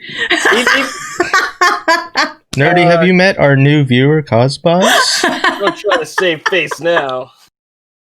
I'm not hostile. What are you talking about? I mean, I was. I guess you could call raising my voice at Leroy a little hostile, but that's a subject that me and Leroy very much disagree upon. Oh, yeah. Well, I mean, it's easy But to that- disagree upon things like that. But you know what? That's what friends do. They disagree. They agree to disagree after their good, debates and shoutings. After at each Nerdy other. yells And- at everybody for... Yeah. How many And- points and- did you have? 3? Maybe a few subsections there? Yeah. 1. 1A. Yeah. But you know what? But after it all said and done, Well, I don't even think you're really friends because you obviously don't know him. What, Cosbuzz or Yeah. Leroy? Cosbos. Cosbuzz? Well, I mean, I haven't wounded Cosbuzz. I know he lives in Britain, and I know he loves a cuppa, and he's a good person. He's a good guy. He's a good guy. He's a good guy. I don't disagree to agree. I don't disagree to agree. I oppose the system. You're being abused at the cost of. Oh god. You know what? Wow. I'm not even. No, too much of this. Nerdy's taking grenades today. Use your tongue more for that ass kissing than Nerdy. Anyway, back to gaming news. What is Deep Silver? I don't remember that one. Well, it's like silver, but it's deeper. It's deep. Well, did you show the Ascent yet? Let's show their Ascent. Why would she be interested in the Ascent? Yeah, that was... It's just an isometric shooter. She didn't even know what those words mean. I don't. It's Isometric not an isometric shooter. It's an sounds isometric like, ARPG. Thank like you a very word you just throw in there to make it sound like you know what you're talking about. It's an asymmetric APG collectathon cast Metroidvania. So I don't think that you should know what this is, okay? Okay, so Deep Silver is like a space thing. Deep Silver is a publisher. Now I have to look it up. Oh, Chorus. Chorus was the name of the game. Okay. That doesn't even make any sense. What? Oh, having equal dimensions? Yeah, it doesn't make sense because isometric is not. It's an adopted video game term. Oh. Isometric is geometry in its literal sense. Well, you know what? Don't fixed talk camera geometry to angle from the me. top down. Okay. Yes. You want me to show her Ascent again so you can hear her non-reaction? Which one of those sent? Okay, wait a minute. Hold attention? on. Tara hasn't experienced a good ARPG. So we're not going to start her off on an isometric. Why not? I think she would love a game like not even an ARPG, just an isometric RPG. I think Tara would love DOS. You think that everyone would love DOS? Alexa, stop. What is DOS? The game that me and Nerdy were playing for the longest time. Oh. I don't That think was she's a very seen any of it. positive Well, she O. popped in on one stream. Yeah, I didn't pay attention really. I mean, but see, okay. You know what? I'm just the punching bag today. You're just the whipping boy. I'm not hating on your love of the Ascent. I'm just telling you that you're not selling her on it. Oh.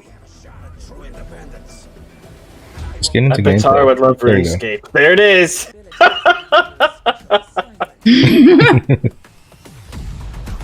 I can do that. I wasn't being rude to you, cuz. I wasn't trying to be rude. I just thought that's what you liked, because that's all we ever talk about. God. We talk about your interests, Farmer, not about Cosmos' interests. If we only talked about my interests, there'd be a hell of a lot more talking about Warhammer 40k and Warhammer Fantasy on this channel. I tell you what. There's too much action going on that screen for her to handle. Yeah, that's a lot. That's a lot of bullets. I don't and even really lasers and shit. How do you even know which one you're playing as? There's a lot of people on the screen. Yeah. Terra, That was that's a joke. way too much action. I don't know what I should look at. Also, Terra, I need to replay Bayonetta.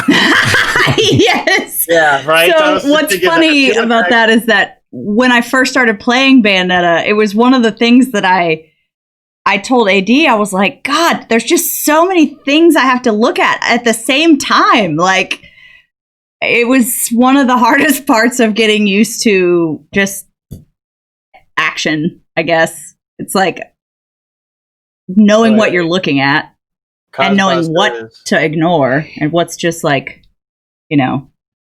Let's see. Necrons for life. I Bluff. bet Nerdy likes the dirty Eldar. Kaz? Kaz, be careful now.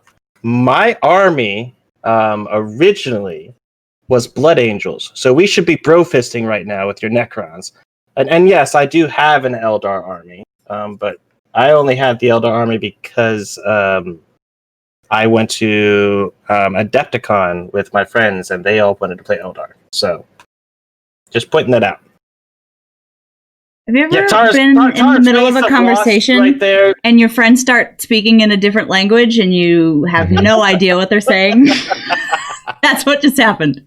Yeah, you guys just switched into like... I went into a different dialect of nerd that you are not familiar with. Yes! Elves. I think she understands elves. I know.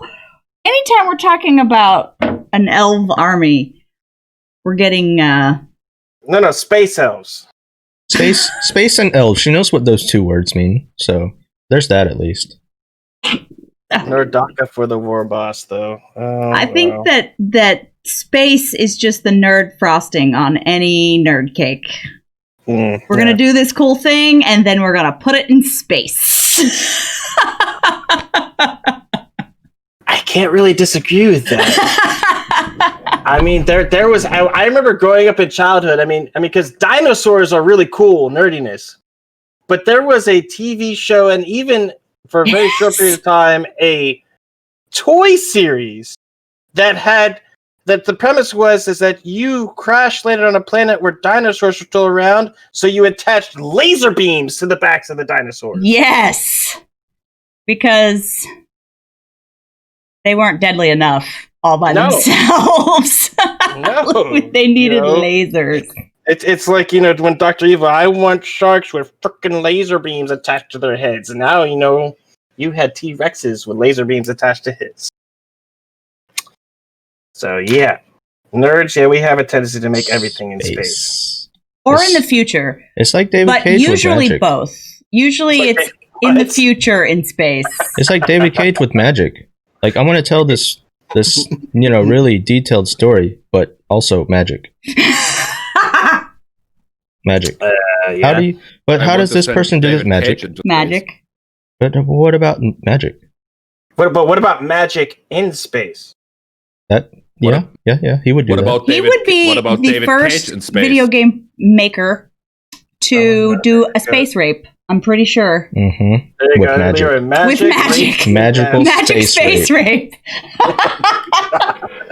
With dinosaurs. And lasers.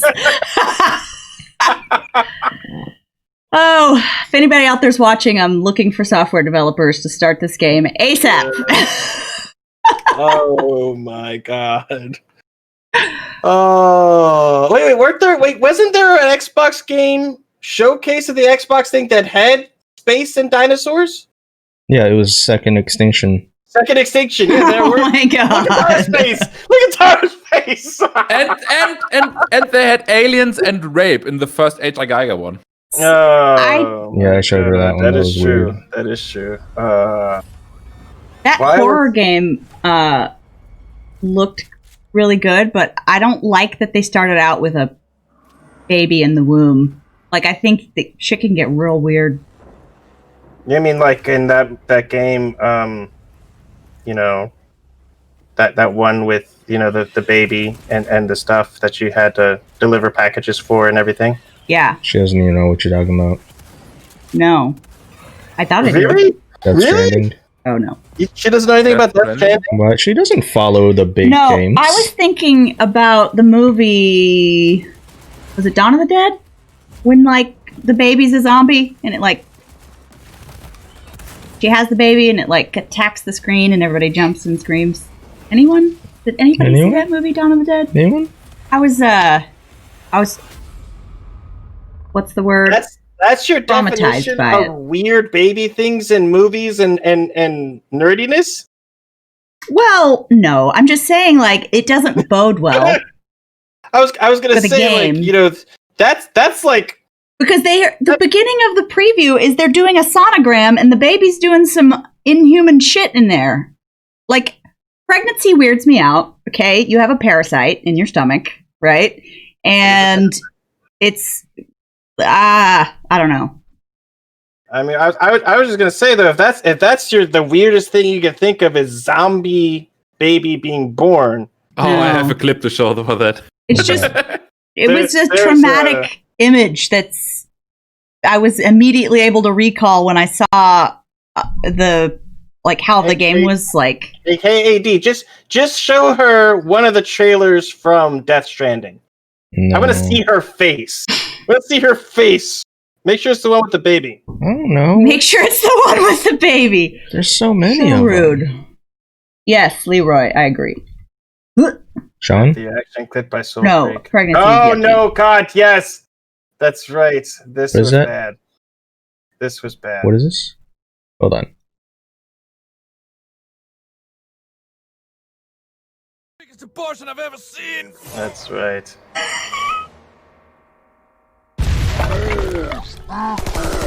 What the hell? Nerdy's reaction was Oh, priceless. leave it to South Park. Ah, shucks, when are we gonna catch a break? Yeah, that one caught me off guard.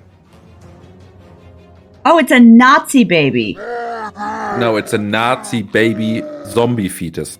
Yeah, it's an aborted baby Nazi zombie zombie fetus. fetus. Okay. Good God. Yeah, I finished that game last night, by the way.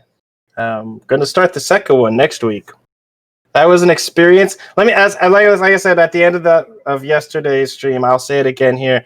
As a fan of South Park, I expected nothing less.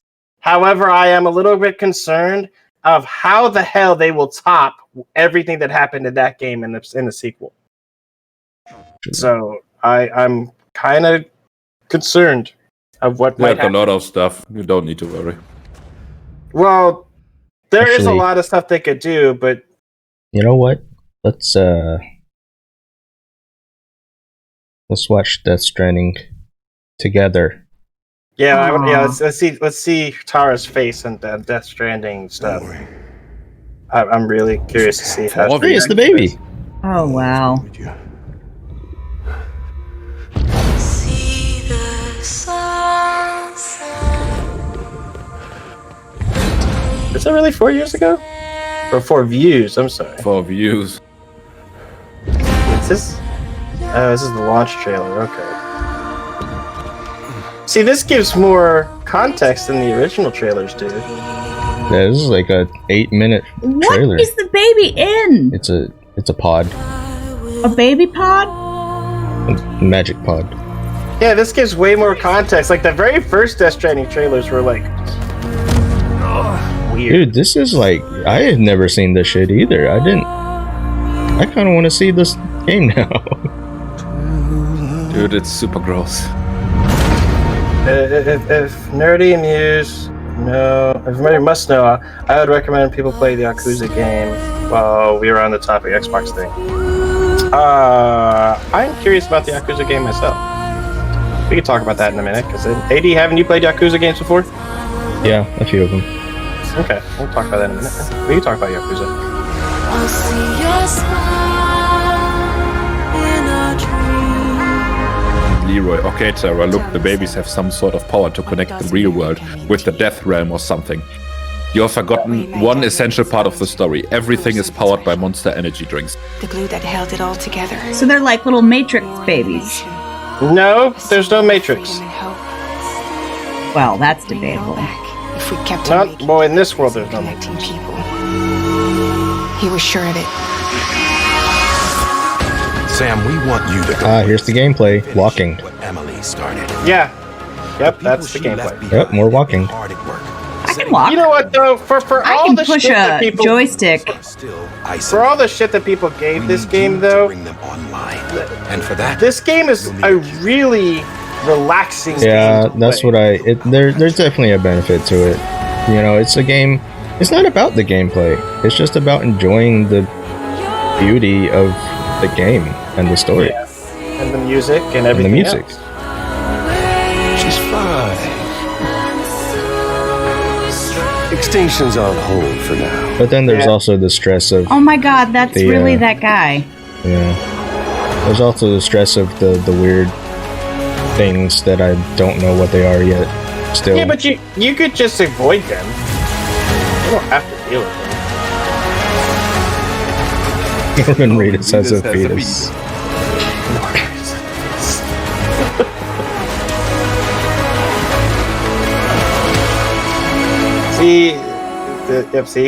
See, the baby's supposed to help you against those things, Tara. Clingy woman in a cave. Yeah, the black baby thing. allows you to see those weird ghost things. Sam, I owe you an apology. Who was the name you were going to give you? That big thing in the water there's is also one combat? of those big ghost I things. should have pieced it together sooner. That's Don't know what you're talking about. Oh, and in order to defeat the big ghost things, Tara, you have to throw your poo at them. oh wow. That sounds cool. And drink Monster energy. Yes. Yeah, drink a lot of Monster. Yeah, well, that's because you also can throw your pee at them. That's why you had to drink lots of Monster Energy. Keep me tied to everything. Oh yeah, and the rain makes you age rapidly. What isn't? But we're still here. We're still chugging along. How long is this trailer? It's 8 minutes. I think What the fuck? I think we've seen enough. Tara's face of confusion is enough. I You think. didn't have to cut all ties and walk away. We're halfway there. The president. I don't know. I'm gonna let Tara call it. Are we living on a prayer? It's not like I was in Come on. Bon Jovi is great, okay? I don't understand how all of these things could possibly be connected in one story. This whole And they aren't. We played the game, Tara, and we don't understand either. That's the not whole thing about all the trailers leading up to this game was that nobody knew what the fuck it was. Like, So, did they just see how many non-video game actors that they could squeeze into one fucking game? Yes. Jesus Christ. each caused Yes. by an extinction entity. And let's be clear, It's time. people who have completed the game, Japanese does make better games than yes, that's you true. know, and we, the people who completed the game, also don't know what the hell is going on. I kind of have to play it now. Commissioning order. Now that I'm seeing all this shit. What is the baby like? Actually, a Dead. Poor thing was never truly alive. It is a baby, yes. This world, at It's a least. baby. You actually call it BB. they're disposable. Yeah. Well, the whole That's the more or whole less point was what the that game that is baby about. was supposed to be disposed, but this guy decided to keep it because he didn't want to kill Yeah, it. he kept it past its expiration date. Yeah, And then it died anyway. Living No. Well, no. is No. different from being dead. at least Turns we out don't know you can that. I still don't use know. them. Okay. And when you die, you really don't die. You just go into the stranding and you swim around in water until you come out of the baby's throat back to life.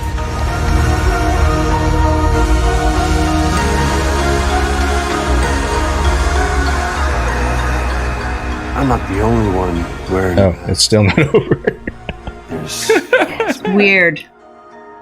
That woman. And very weird. Let's not forget. Yeah, it's definitely a Death Stranding is not enough. a game I would recommend. Like gameplay wise, Tara could handle it. Just walking.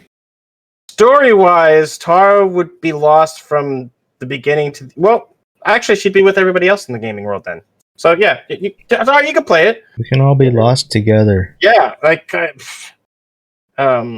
anyway, so let's go back to what Kaz brought up. Yakuza. I am not a big Yakuza guy. I never played a Yakuza game. This is like Yakuza 12 or whatever it is. AD, you are a Yakuza guy. I mean, obviously, from looking at you. I am Yakuza. Are you just saying that because he's Asian? I am Yakuza. Yeah. Anyway, it's 7. It's 7. I'm sorry. At least try. That was me showing you guys. I don't know anything about the Yakuza series. I've never played it. So tell us, what do you think about this new Yakuza game coming out? And what, in a nutshell, is Yakuza games? Is it like GTA only in Japan? Right. Yeah, GTA is a good comparison, except better. Personally, really? I'm just not a fan of GTA. I don't like the GTA games.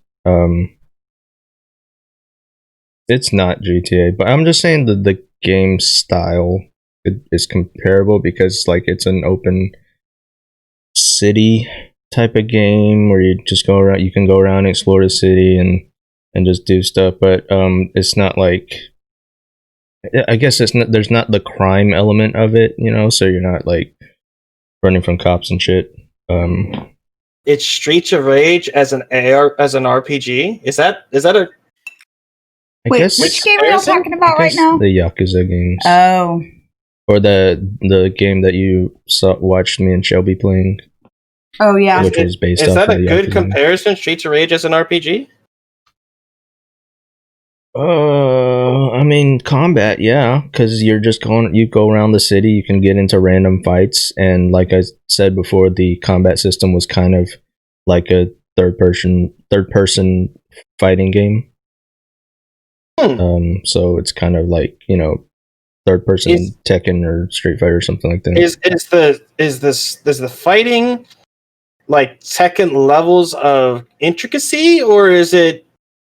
I mean. No, not as far as the buttons. I mean, it's really just one or two buttons. Like a light and heavy attack, and then you do different combinations of that shit. So it's not, you're not doing freaking quarter circle shit or anything like that. But it looks like a fighting game, and it's really fun.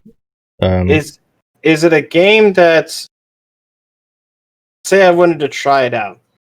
Is that a game that I have to play the first? I guess you said it was 7. Do I have to play the first 6 to understand what's going on? This new one is a spin-off. Because all those characters we saw in that trailer were new, except for maybe one of them. Mm-hmm. But Yakuza 0 through 5, I believe, are all. There's a 0. Yeah, 0 is a prequel. So it's 1 through 5 and then 0. But 7. There's 7? Or is this new one 7? Is that the one we're talking about? Well, he said 7 is a soft reboot, is what he's saying. 0 is a prequel. I haven't played all of them. I played some of them. Okay, the new one is 7. Yeah, so there's 6. But yeah, they're all. The first 6, I believe, are all based on fuck, I can't even remember his name. But it's one guy who is a Yakuza man.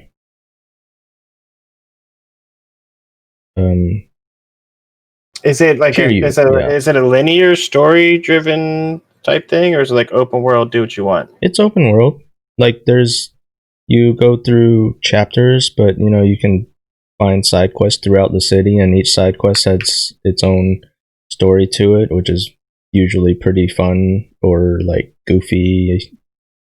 It's so just really fun. It's funny. What's the point of doing the side quests? Is there an experience system, or is it just? Oh yeah, there's like skill points. You get skill points to unlock new abilities and shit. So there is like player progression and shit. You want me to explain the entire backstory of Warcraft, man? I don't fucking know.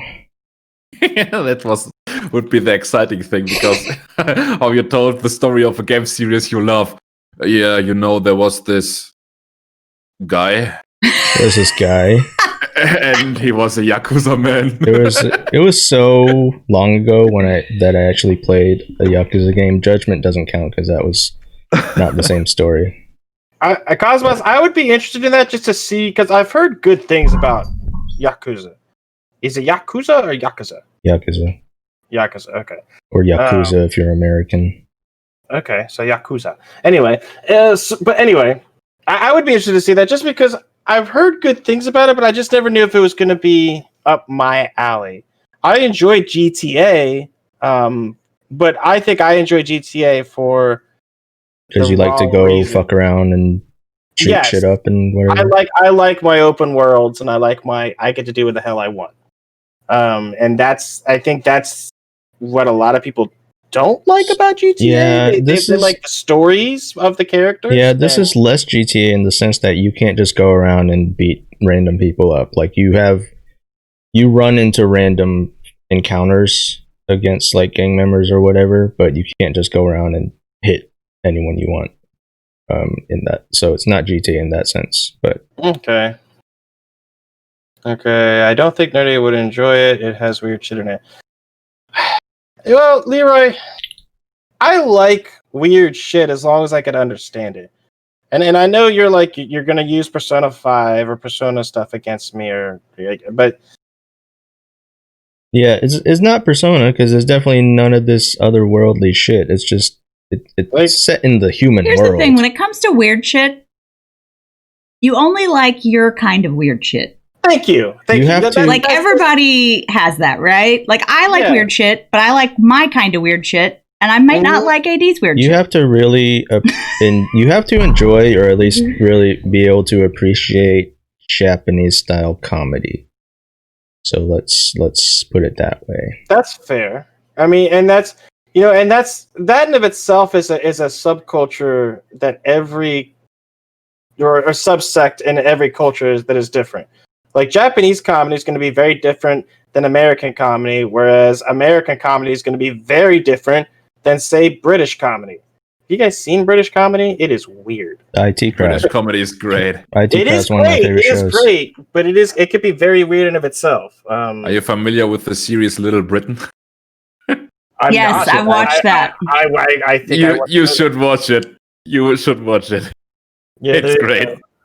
Because you guys don't know humor. We do. I do like British comedy actually. I like British comedy too. I'm just saying they're all going to be very different. I feel like Little Britain and Mr. Bean are two of the best. I was a huge Mr. Bean fan. Saying shit and poop on screen is not comedy. It's American comedy. You just made AD laugh. What about so clearly? Yeah, it is. Well, have you seen South Park? South Park is the epitome of penis American comedy. Like that's American comedy for you. Yeah, I think that's the reason why I can appreciate the British and Japanese comedies, just because of the obviously being American, you get overexposed to American comedy, so it's a nice change. Yeah.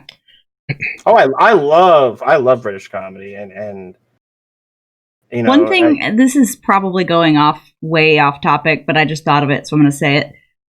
One thing that I have an issue with right now with American comedy is that I feel like all the current TV shows, like that are geared to be comedies, are trying so hard to reach this the Office brand of comedy.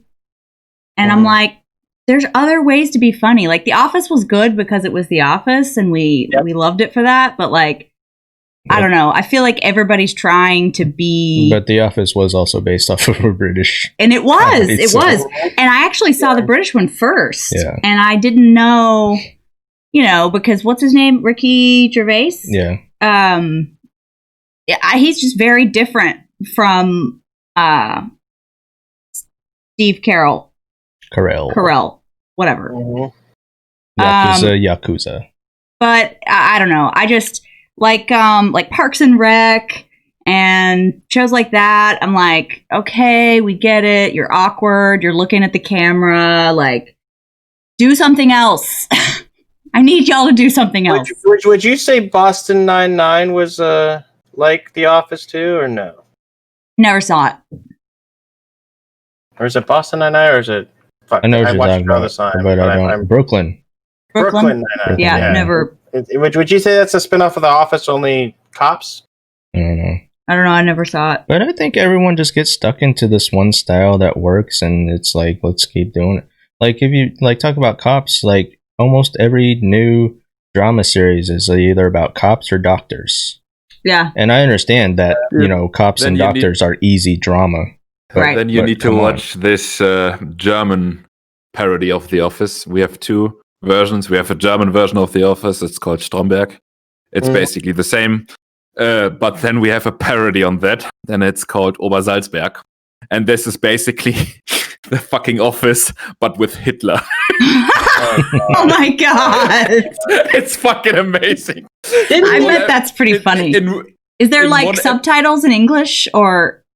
There should be, yeah. Yeah. But there's this one episode, for example, where the stupid character goes to Hitler and says that he can type this document because the swastika key on his keyboard is broken, and Hitler's just just use the hashtag key. It looks the same, okay? And then giant Third Reich banners get delivered to this office with hashtags with on swastika, but with a hashtag. And that's German humor. Yeah, so I would enjoy that for sure.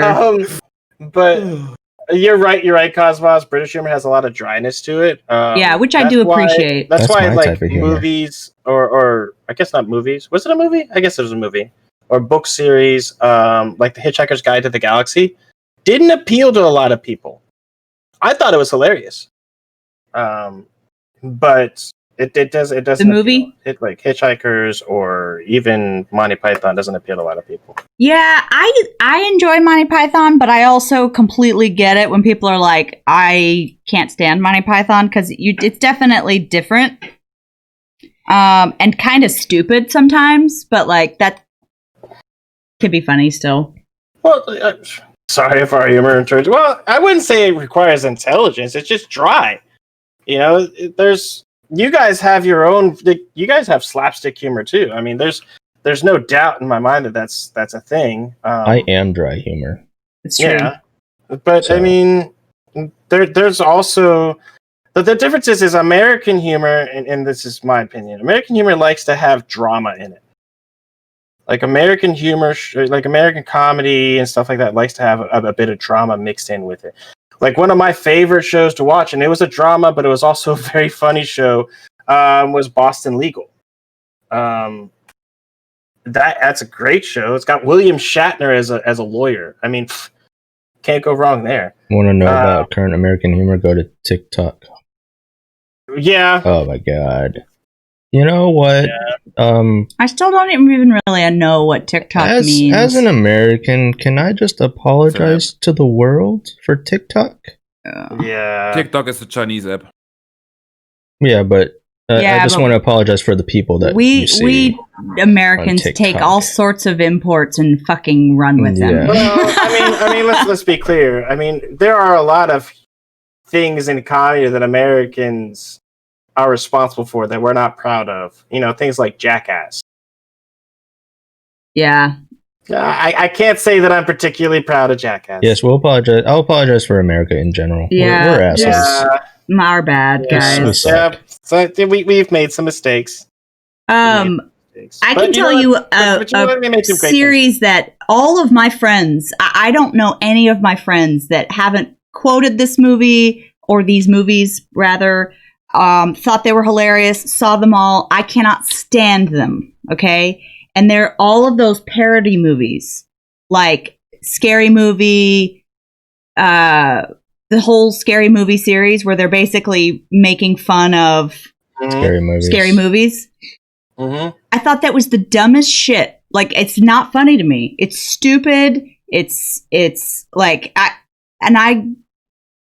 it's so well loved. Like, everybody makes the use my strong hand joke. And I'm like, God, shut up. It's not funny. Like, as an adult now, I'm over it. But as a kid, I think they were enjoyable. Well, yeah, I think like the Scary Movie series was meant to appeal to a very specific age group. I think which I guess was mine at the time. And I also think that the Scary Movie series, the best one in the series was the first one. And then they could have just ended it there. Like making fun of all the tropes in horror movies is a great idea. Just like the other one. What did they do? They made fun of all the tropes in apocalypse movies too. Yeah, they did a few of them. Yeah, there was like a Scary Movie one. There's like epic movie, disaster movie. Yeah, like making fun of those tropes is a good idea. Doing it effectively is hard. That doesn't come off as, it's too campy. Yeah, Three Stooges slapsticky. That was what I don't do camp well. Very rarely. I think Jay Bowman from Red Letter Media summarized it the best. These are barely movies at all. These are just pop culture references that are happening on screen. Like, oh, look, it's Paris Hilton. Oh, she got smashed by the Hulk. Yeah, I mean, I really can't say that I can disagree with that. I mean, but This is the problem. This is the problem with a lot of American comedy is that it tends to try too hard. It does. Yeah. It does. And then they don't like, I guess the best way to put it is they try too hard and they try to push the envelope when others had pushed the envelope better. Yeah. You have shows on, in American shows that try to push the gross envelope or the edgy envelope, when there have been shows that came before them that did it better. It's a perfect example. It's South Park. South Park pushed the gross and edgy envelope better than anybody else. Has been doing it for 20 plus years, and nobody's going to do it better than it. Just like nobody's going to have a longer lasting series than The Simpsons, because they've done everything. They've mastered their craft. Like, there are these shows that try to copy that. What's the word I'm looking for? That formula. And then there are shows that started off that way and then found their own formula. Family Guy, for example, they tried copying Simpsons and they found their own thing, which worked out well for them. Truth, Leroy, that's true. Yeah. I agree with you. I think agree with that too. So, like, I will say, South Park did a good job because they offended everyone. Like, there was nobody that was safe, and that was how they did it, which was smart, right? But that kind of paved the way for a show like Family Guy to, and they, Seth MacFarlane does have this unique brand of pop culture reference meets, envelope pushing kind of thing. But that's where I think it starts to get diluted from there. And then you start to have that trying too hard effect. So American Dad and The Cleveland Show and, you know what I mean? And there's probably some others that I'm not thinking of that I'm like. I actually prefer American Dad to Family Guy. I'm one of those people. Sorry. I mean, I get it. It's not that it's a bad show. It's just that, like, I feel like they took the family and they were like, okay, so let's change the daughter into this and we'll throw in an alien instead of a baby and shit. We don't have a dog, but the goldfish will talk. And you know what I mean? Like, it just, and I'm not saying it's a bad show. It's kind of the same, like... It's obviously we beat shit into the ground. They copy-pasted the formula. It's obvious that they copy-pasted the formula. I don't disagree. I do not disagree. Just like Family Guy is obviously a copy and paste of the Simpsons formula. It's the same stuff. It's just a matter of whether or not they can find their own niche. Yeah. But Bob's Burgers, I think is hilarious, but that's mostly because I'm a huge, my God, what is his name? The voice actor? Benjamin. See, I hate his voice. But for this goes way back to when I was like 17 years old, and I fell in love with a show that was on Adult Swim called Home Movies. Brendan Small. And John H. Benjamin was a voice actor on that show, and I loved that show. It was, I think, it had 4 or 5, maybe even 6 seasons. I've seen them all. I quote them all the time. Nobody ever knows what I'm talking about. One of my all-time favorites. So this was just, I was getting my John H. Benjamin fix with Bob's Burgers, but it actually, like, I started to like some of the other characters too. I was fine with him back when I thought he was just doing a character, but when I realized that was like his real voice, I couldn't handle it. It was annoying. I get it. It was I probably wouldn't be as enamored with it if I didn't have that former association. Because his character on Home Movies was Coach McGurk, and he was such a just reject, terrible human that was funny to laugh at. Why are we having secret chat conversations here? What in the world? I don't know what a nurgle is. I'm sorry, what was that? What nurgle is? I broke nerdy. What's a nurgle? I don't know what a nurgle is. A nurgle is the god of rot. Nerdy has reached tier 3 level of nerd. He's the god of rye? Is that what you said? God of rot. Rot. Yeah. Apparently, am I still here? Can you guys hear me? Yeah. I don't know. Are you here? You're here. I can't even. Are you here or are you there? Physically, you're here. I don't know about mentally because you're like kind of stuck in this chat thing now. Well, look at this stupid nerd talking about his space alien stuff. Fucking nerds. You just ascended into upper nerd levels.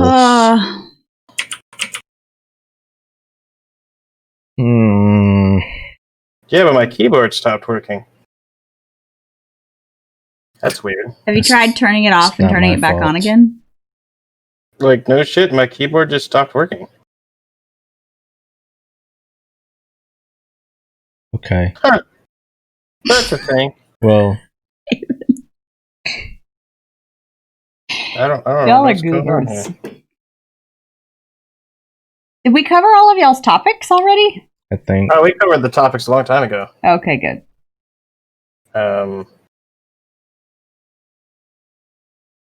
Yeah, what the fuck is this shit? I don't know. But whatever you're trying to type, you do also have a voice and a microphone. That's true. There's no need to regress. That's true. Sorry, I was trying to respond to Cosmos, and my keyboard just said like, nope. I don't know. Anyway, so what are we talking about? We got to that point of the show where we've lost track of what we were trying to say to each other. You lost track. That's fair. We are talking about series and comedy that we like. Well, they were talking about Bob's Burgers, and I can't stand that show. Fine. She was talking about Bob's Burgers. I don't like Bob's Burgers at all. It's fine. It's fine. So I think favorite comedy is Nerdy's Life. Thanks, Kaz. You're such a. I think that's it. Do we want to just end with my announcement about? Yeah, let's talk about the last thing so we can. Yeah, we need to talk about that. So we talked about it briefly. I don't know if people ever really pay attention, but Player22 is technically a program that was built under the organization 22 Kill. And I built it myself. So I will be leaving 22 Kill at the end of the month, which means Player22 is staying with them. So the only real change that's going to happen is this channel is going to have a different name. So just kind of giving you guys a heads up that, I will no longer be Player22. I never was. I was always AD of Player22. So that's pretty much the gist of it. Whatever the new name is, it's not 100% decided, but I'll let everyone know in the Nerd Farm. So, just to AD22, Player 23. Player 23. That's funny. That is kind of funny. I do kind of like that. One step above.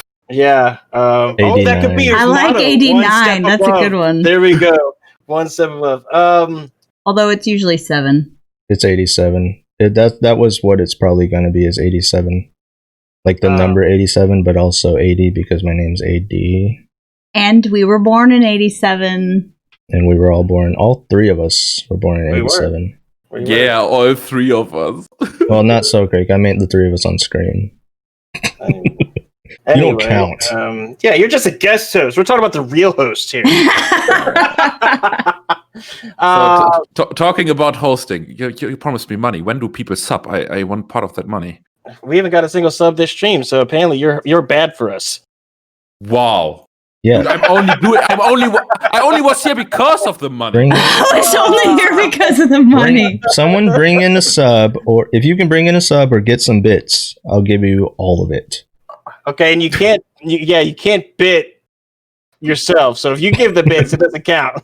Well, if he gets the bits, he's basically losing money. I know, right? In that sense. Because Twitch takes part. Anyway, we'll pay you in Bitcoin. How about that?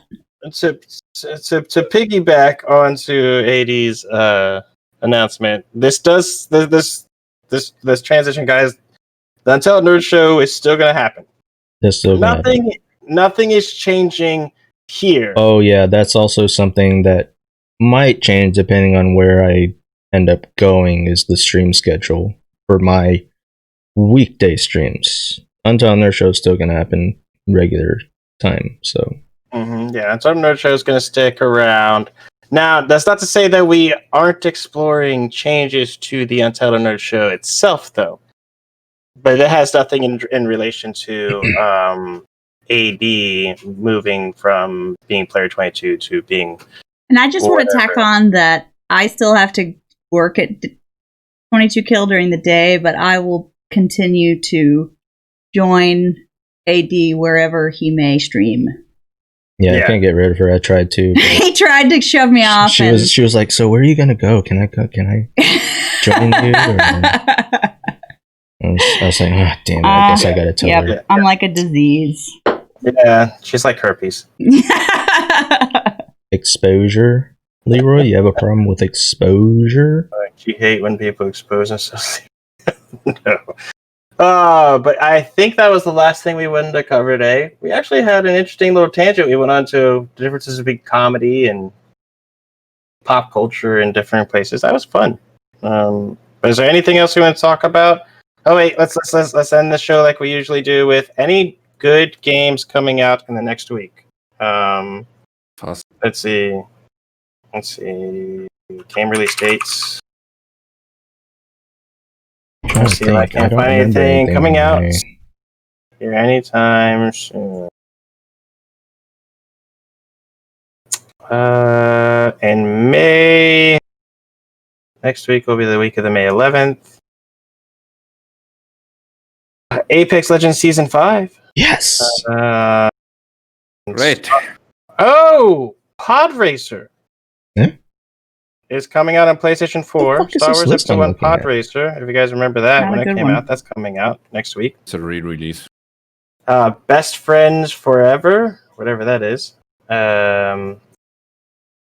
TT Isle of Man. Oh, the John Wick Hex game came out this I didn't week. know there was a John Wick game. Nobody really knew. No, you don't. There really isn't anything coming out this week, guys. There really isn't anything coming out this month in general. Where is my Fast and Furious? God damn didn't you it. hear? It got canceled. Fuck you. No, like Fast and Furious Crossroads. Yeah, they there is no date for it anymore. They just say it maybe in May. They haven't been given an actual date. Yeah, everywhere I read it still says May or it says delayed, but it's never definite. Yeah. I think it's gone to the same place that Biomutant went. My disappointment is immeasurable. Yeah. And my day is ruined. Okay, well, instead of streaming Fast and Furious Crossroads, we're just gonna stream all the movies. Oh God! Please don't. We all of them stream our streams 1/4 mile at a time, right, AD? Mm-hmm. Oh God! God help me!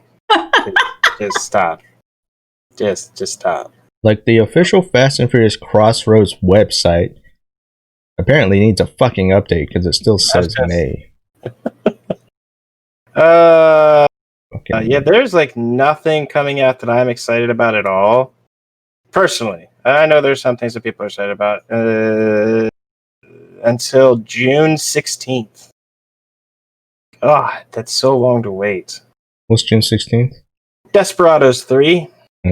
Desperado. June 19th is Last of Us. I have to kill time in May until we Oh my God, they're releasing it on Juneteenth. Is that intentional? Really? What's Juneteenth? Juneteenth is a holiday that is celebrated because that's when the slaves in Texas found out they were free. Shut the fuck up. Why would that be intentional? Well, they didn't, word didn't exactly pass around the South that the North won. And so it took a while for people all the way out in Texas and this area for the slaves to find out. No. I understand what the Juneteenth thing is, but why would The Last of Us 2 be... To further their political agenda? Apparently... I see what you're That's saying. a total David Cage move. Yeah, you think? Dude. But I don't know. Born and raised in Texas, Juneteenth has been a thing always. Maybe other areas don't know. Oh, here's something. Know. Here's something. Speaking of David Cage bullshit, you'll appreciate this as a veteran. Detroit. The day that the androids obtained their freedom is November 11th. That day will go down in history as the day that the androids were freed. November 11th. Really? That's the day that's the reason we're going to remember November 11th? That's the date David Cage went with. Because apparently nothing else important happened on that day, so couldn't the 5th of November or any other day in a 365 calendar year? I mean, yeah, I don't. The worst. Although the 5th of November, isn't that rhyme? Like, remember the 5th of November, blah, blah, blah. The guy in the mask did the thing with the parliament, yeah. Yeah. Guy Fawkes Day. Now, that would have made sense for the Android thing. That would have been kind of cool, but, David... Or July 4th would have been a good day. It's unimportant now. I think July 4th. The androids are free. Yeah, now we get to play the game Detroit Only Human 2. Only human? There's Only human. Or Become human. there's a 2. It's the sequel where every android gets killed. yeah. Is there really I a don't 2? think that was Are we that making too. this up? I just- she let the look of fear on her face. Is Well, like, Because we already have to play that game again under the Mystery Science Gaming thing. So it's yeah. like, we have time to wait for that though. Maybe. Oh God, Tar. Maybe we'll just wait till they actually announce the second one, and then we'll make you play it for Mr. Science Gaming, and then also play the second one on stream. In the a row. game does not need a sequel. It doesn't, but David Cage does need another game because he's such a David great Cage needs storyteller. more You money. can't hinder him. If he was going to make a sequel, Hey, wait, 80. What if David Cage made the next Fast and the Furious game? Oh my god. in space. Instant. Oh my god, man. Hey, the cars don't need NOS anymore. They just use magic to go faster. David Cage's Fast and Furious. Hey, and you're not racing for cars anymore. You're racing for sex. Yes. And you're not actually controlling the car. You're actually just, timed button presses. Yep. No. Shifting. It's- Press X to shift. It's called David Cage Fast and the Furious, a racing game, but racing not in terms of driving cars. Oh my but god. different races. Oh my god. Yes! Please! Please do this! Oh, man. my god, I hope this happens in real life. I really do. Car shower scenes. God. Gosh. Oh my god. Like There will definitely be a booby car. You know that. Oh my Just- goodness. watching people. Lightning McQueen gets raped. Oh my god. Whew. All right, I think it's time we end this. I think we just topped ourselves. I don't think we Okay. can get better than Nope. David Cage presents Fast and Furious in space. Oh my goodness. We actually mentioned that before, Fast and Furious in Space, but it was supposed to be from Disney. That's yeah. Well, Isn't that basically what pod racing is though? probably. That's what we said when Disney Yeah. ties in Star Wars into the Fast and Furious, or Yeah. it's gonna be Fast and Furious in space. But here's the thing: Disney's taking over the world. Yeah. We're all going to live in Not if Amazon can help it. one or country, one worldwide country governed by Disney. Hey, let's all pick a side right now if we're choosing between Disney, Amazon, or Google. Google. What Oh, about Microsoft? Aren't they powerful enough to be their own thing? fuck Microsoft. Yeah, but Microsoft controls all the computers. Yeah. Maybe they're a sleeper. They could be a sleeper. Because I was gonna say they don't really have their They're hands so in a lot of. 90s. I was gonna say they don't have their hands in a lot of markets, but they do control one of the biggest markets. So Yeah. So okay, so what do you say? So it's Google, Microsoft, Amazon, and Disney. yeah, So choose your side. This will be the last thing we do for the stream. Choose your side. Who are you gonna choose? Okay, Choose. write it in chat. Okay, so we don't. Man, I'm torn between Google and Disney. I mean, I'm firmly with Jeff Bezos. Hmm. I think it will be Google. I'm with Amazon. I think I gotta go Disney. I think I problem can't is- say Google because they already have a failure in the Stadia.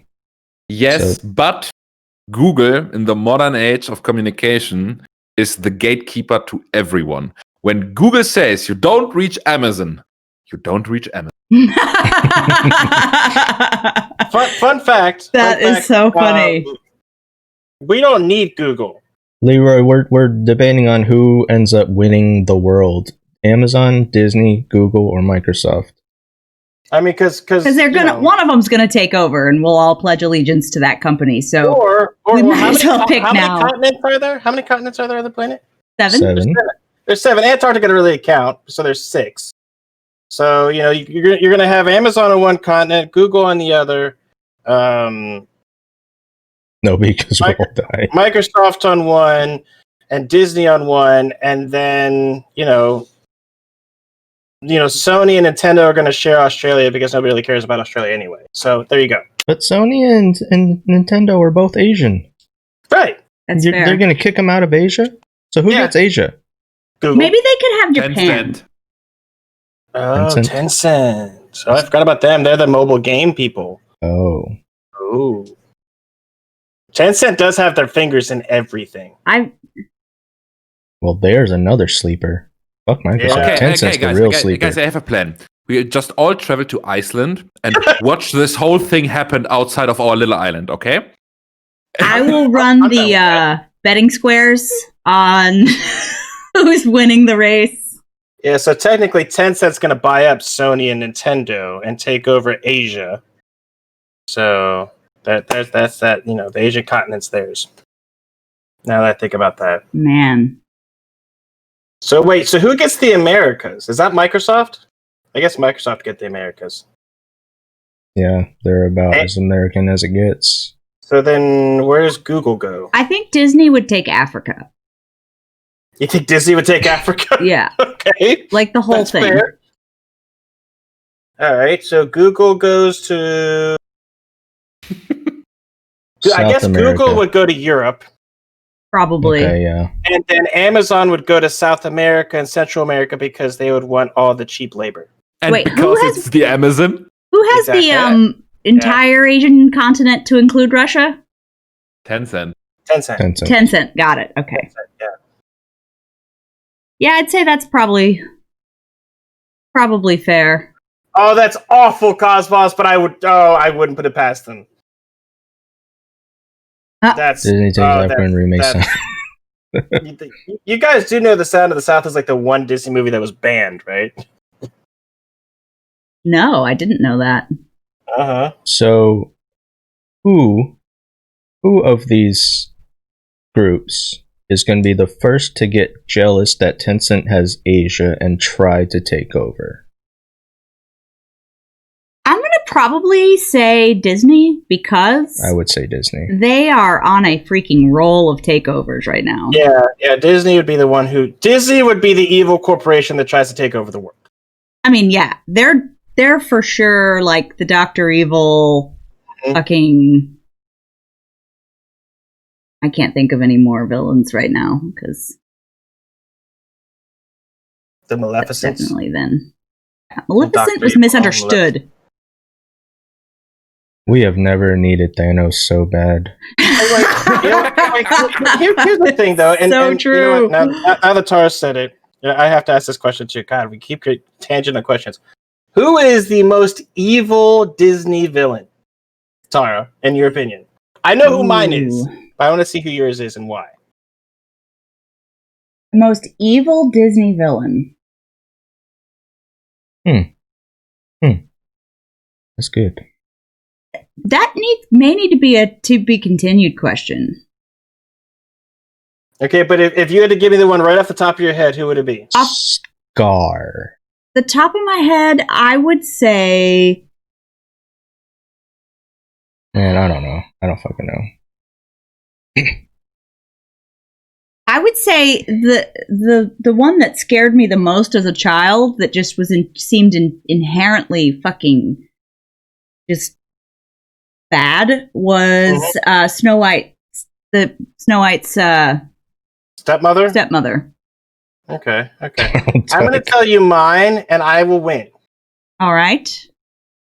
Cruella de Vil. She wanted to chop up puppies to make them into a coat. It's so funny that you say that because I just watched, or I had 101 Dalmatians on in the background while I was working, and I remember thinking, God, it just was really like, it didn't resonate with me as a child how horrific that is. I can't believe this is a children's movie. The most evil of evil characters in Disney. Cos, can you send that to SoulCreek? Dude. Whatever that link is. But Cosmos is right. The guy from The Hunchback. Because he wanted to murder a cripple. Because he wanted to rape a woman and hated himself for that because he's racist to this minority. Yeah, that's fine and all, but did he want to make a coat out of infant dogs. Dude, infant dogs taste the best. Oh my god! Can I? No! No. Can I change my choice to Penalty. Can I change my choice to Walt Disney himself? Oh. Oh, that's a good one. That's a good one. Walt you Disney go. himself. I mean, he was really very much into the occult. He liked to summon demons. Yes. So that is a thing. So, all right, I think that we can end it there. So go home, go home, everybody. Think about who you think. I think the everybody most is evil home. Disney character is. Most of us. And talk about it about your friends, your family, and have a debate on who's most evil. Obviously, the woman who wants to chop up infant dogs. But also prepare to choose a side when all these companies take over their continents, and you're gonna have to choose your alignment. Team Bezos. God, are you just trying to suck his dick right now, or what? Hey, look, they're the ones who own Twitch and everything. It'd be great if we made partner. All hail the might of Bezos. Yeah.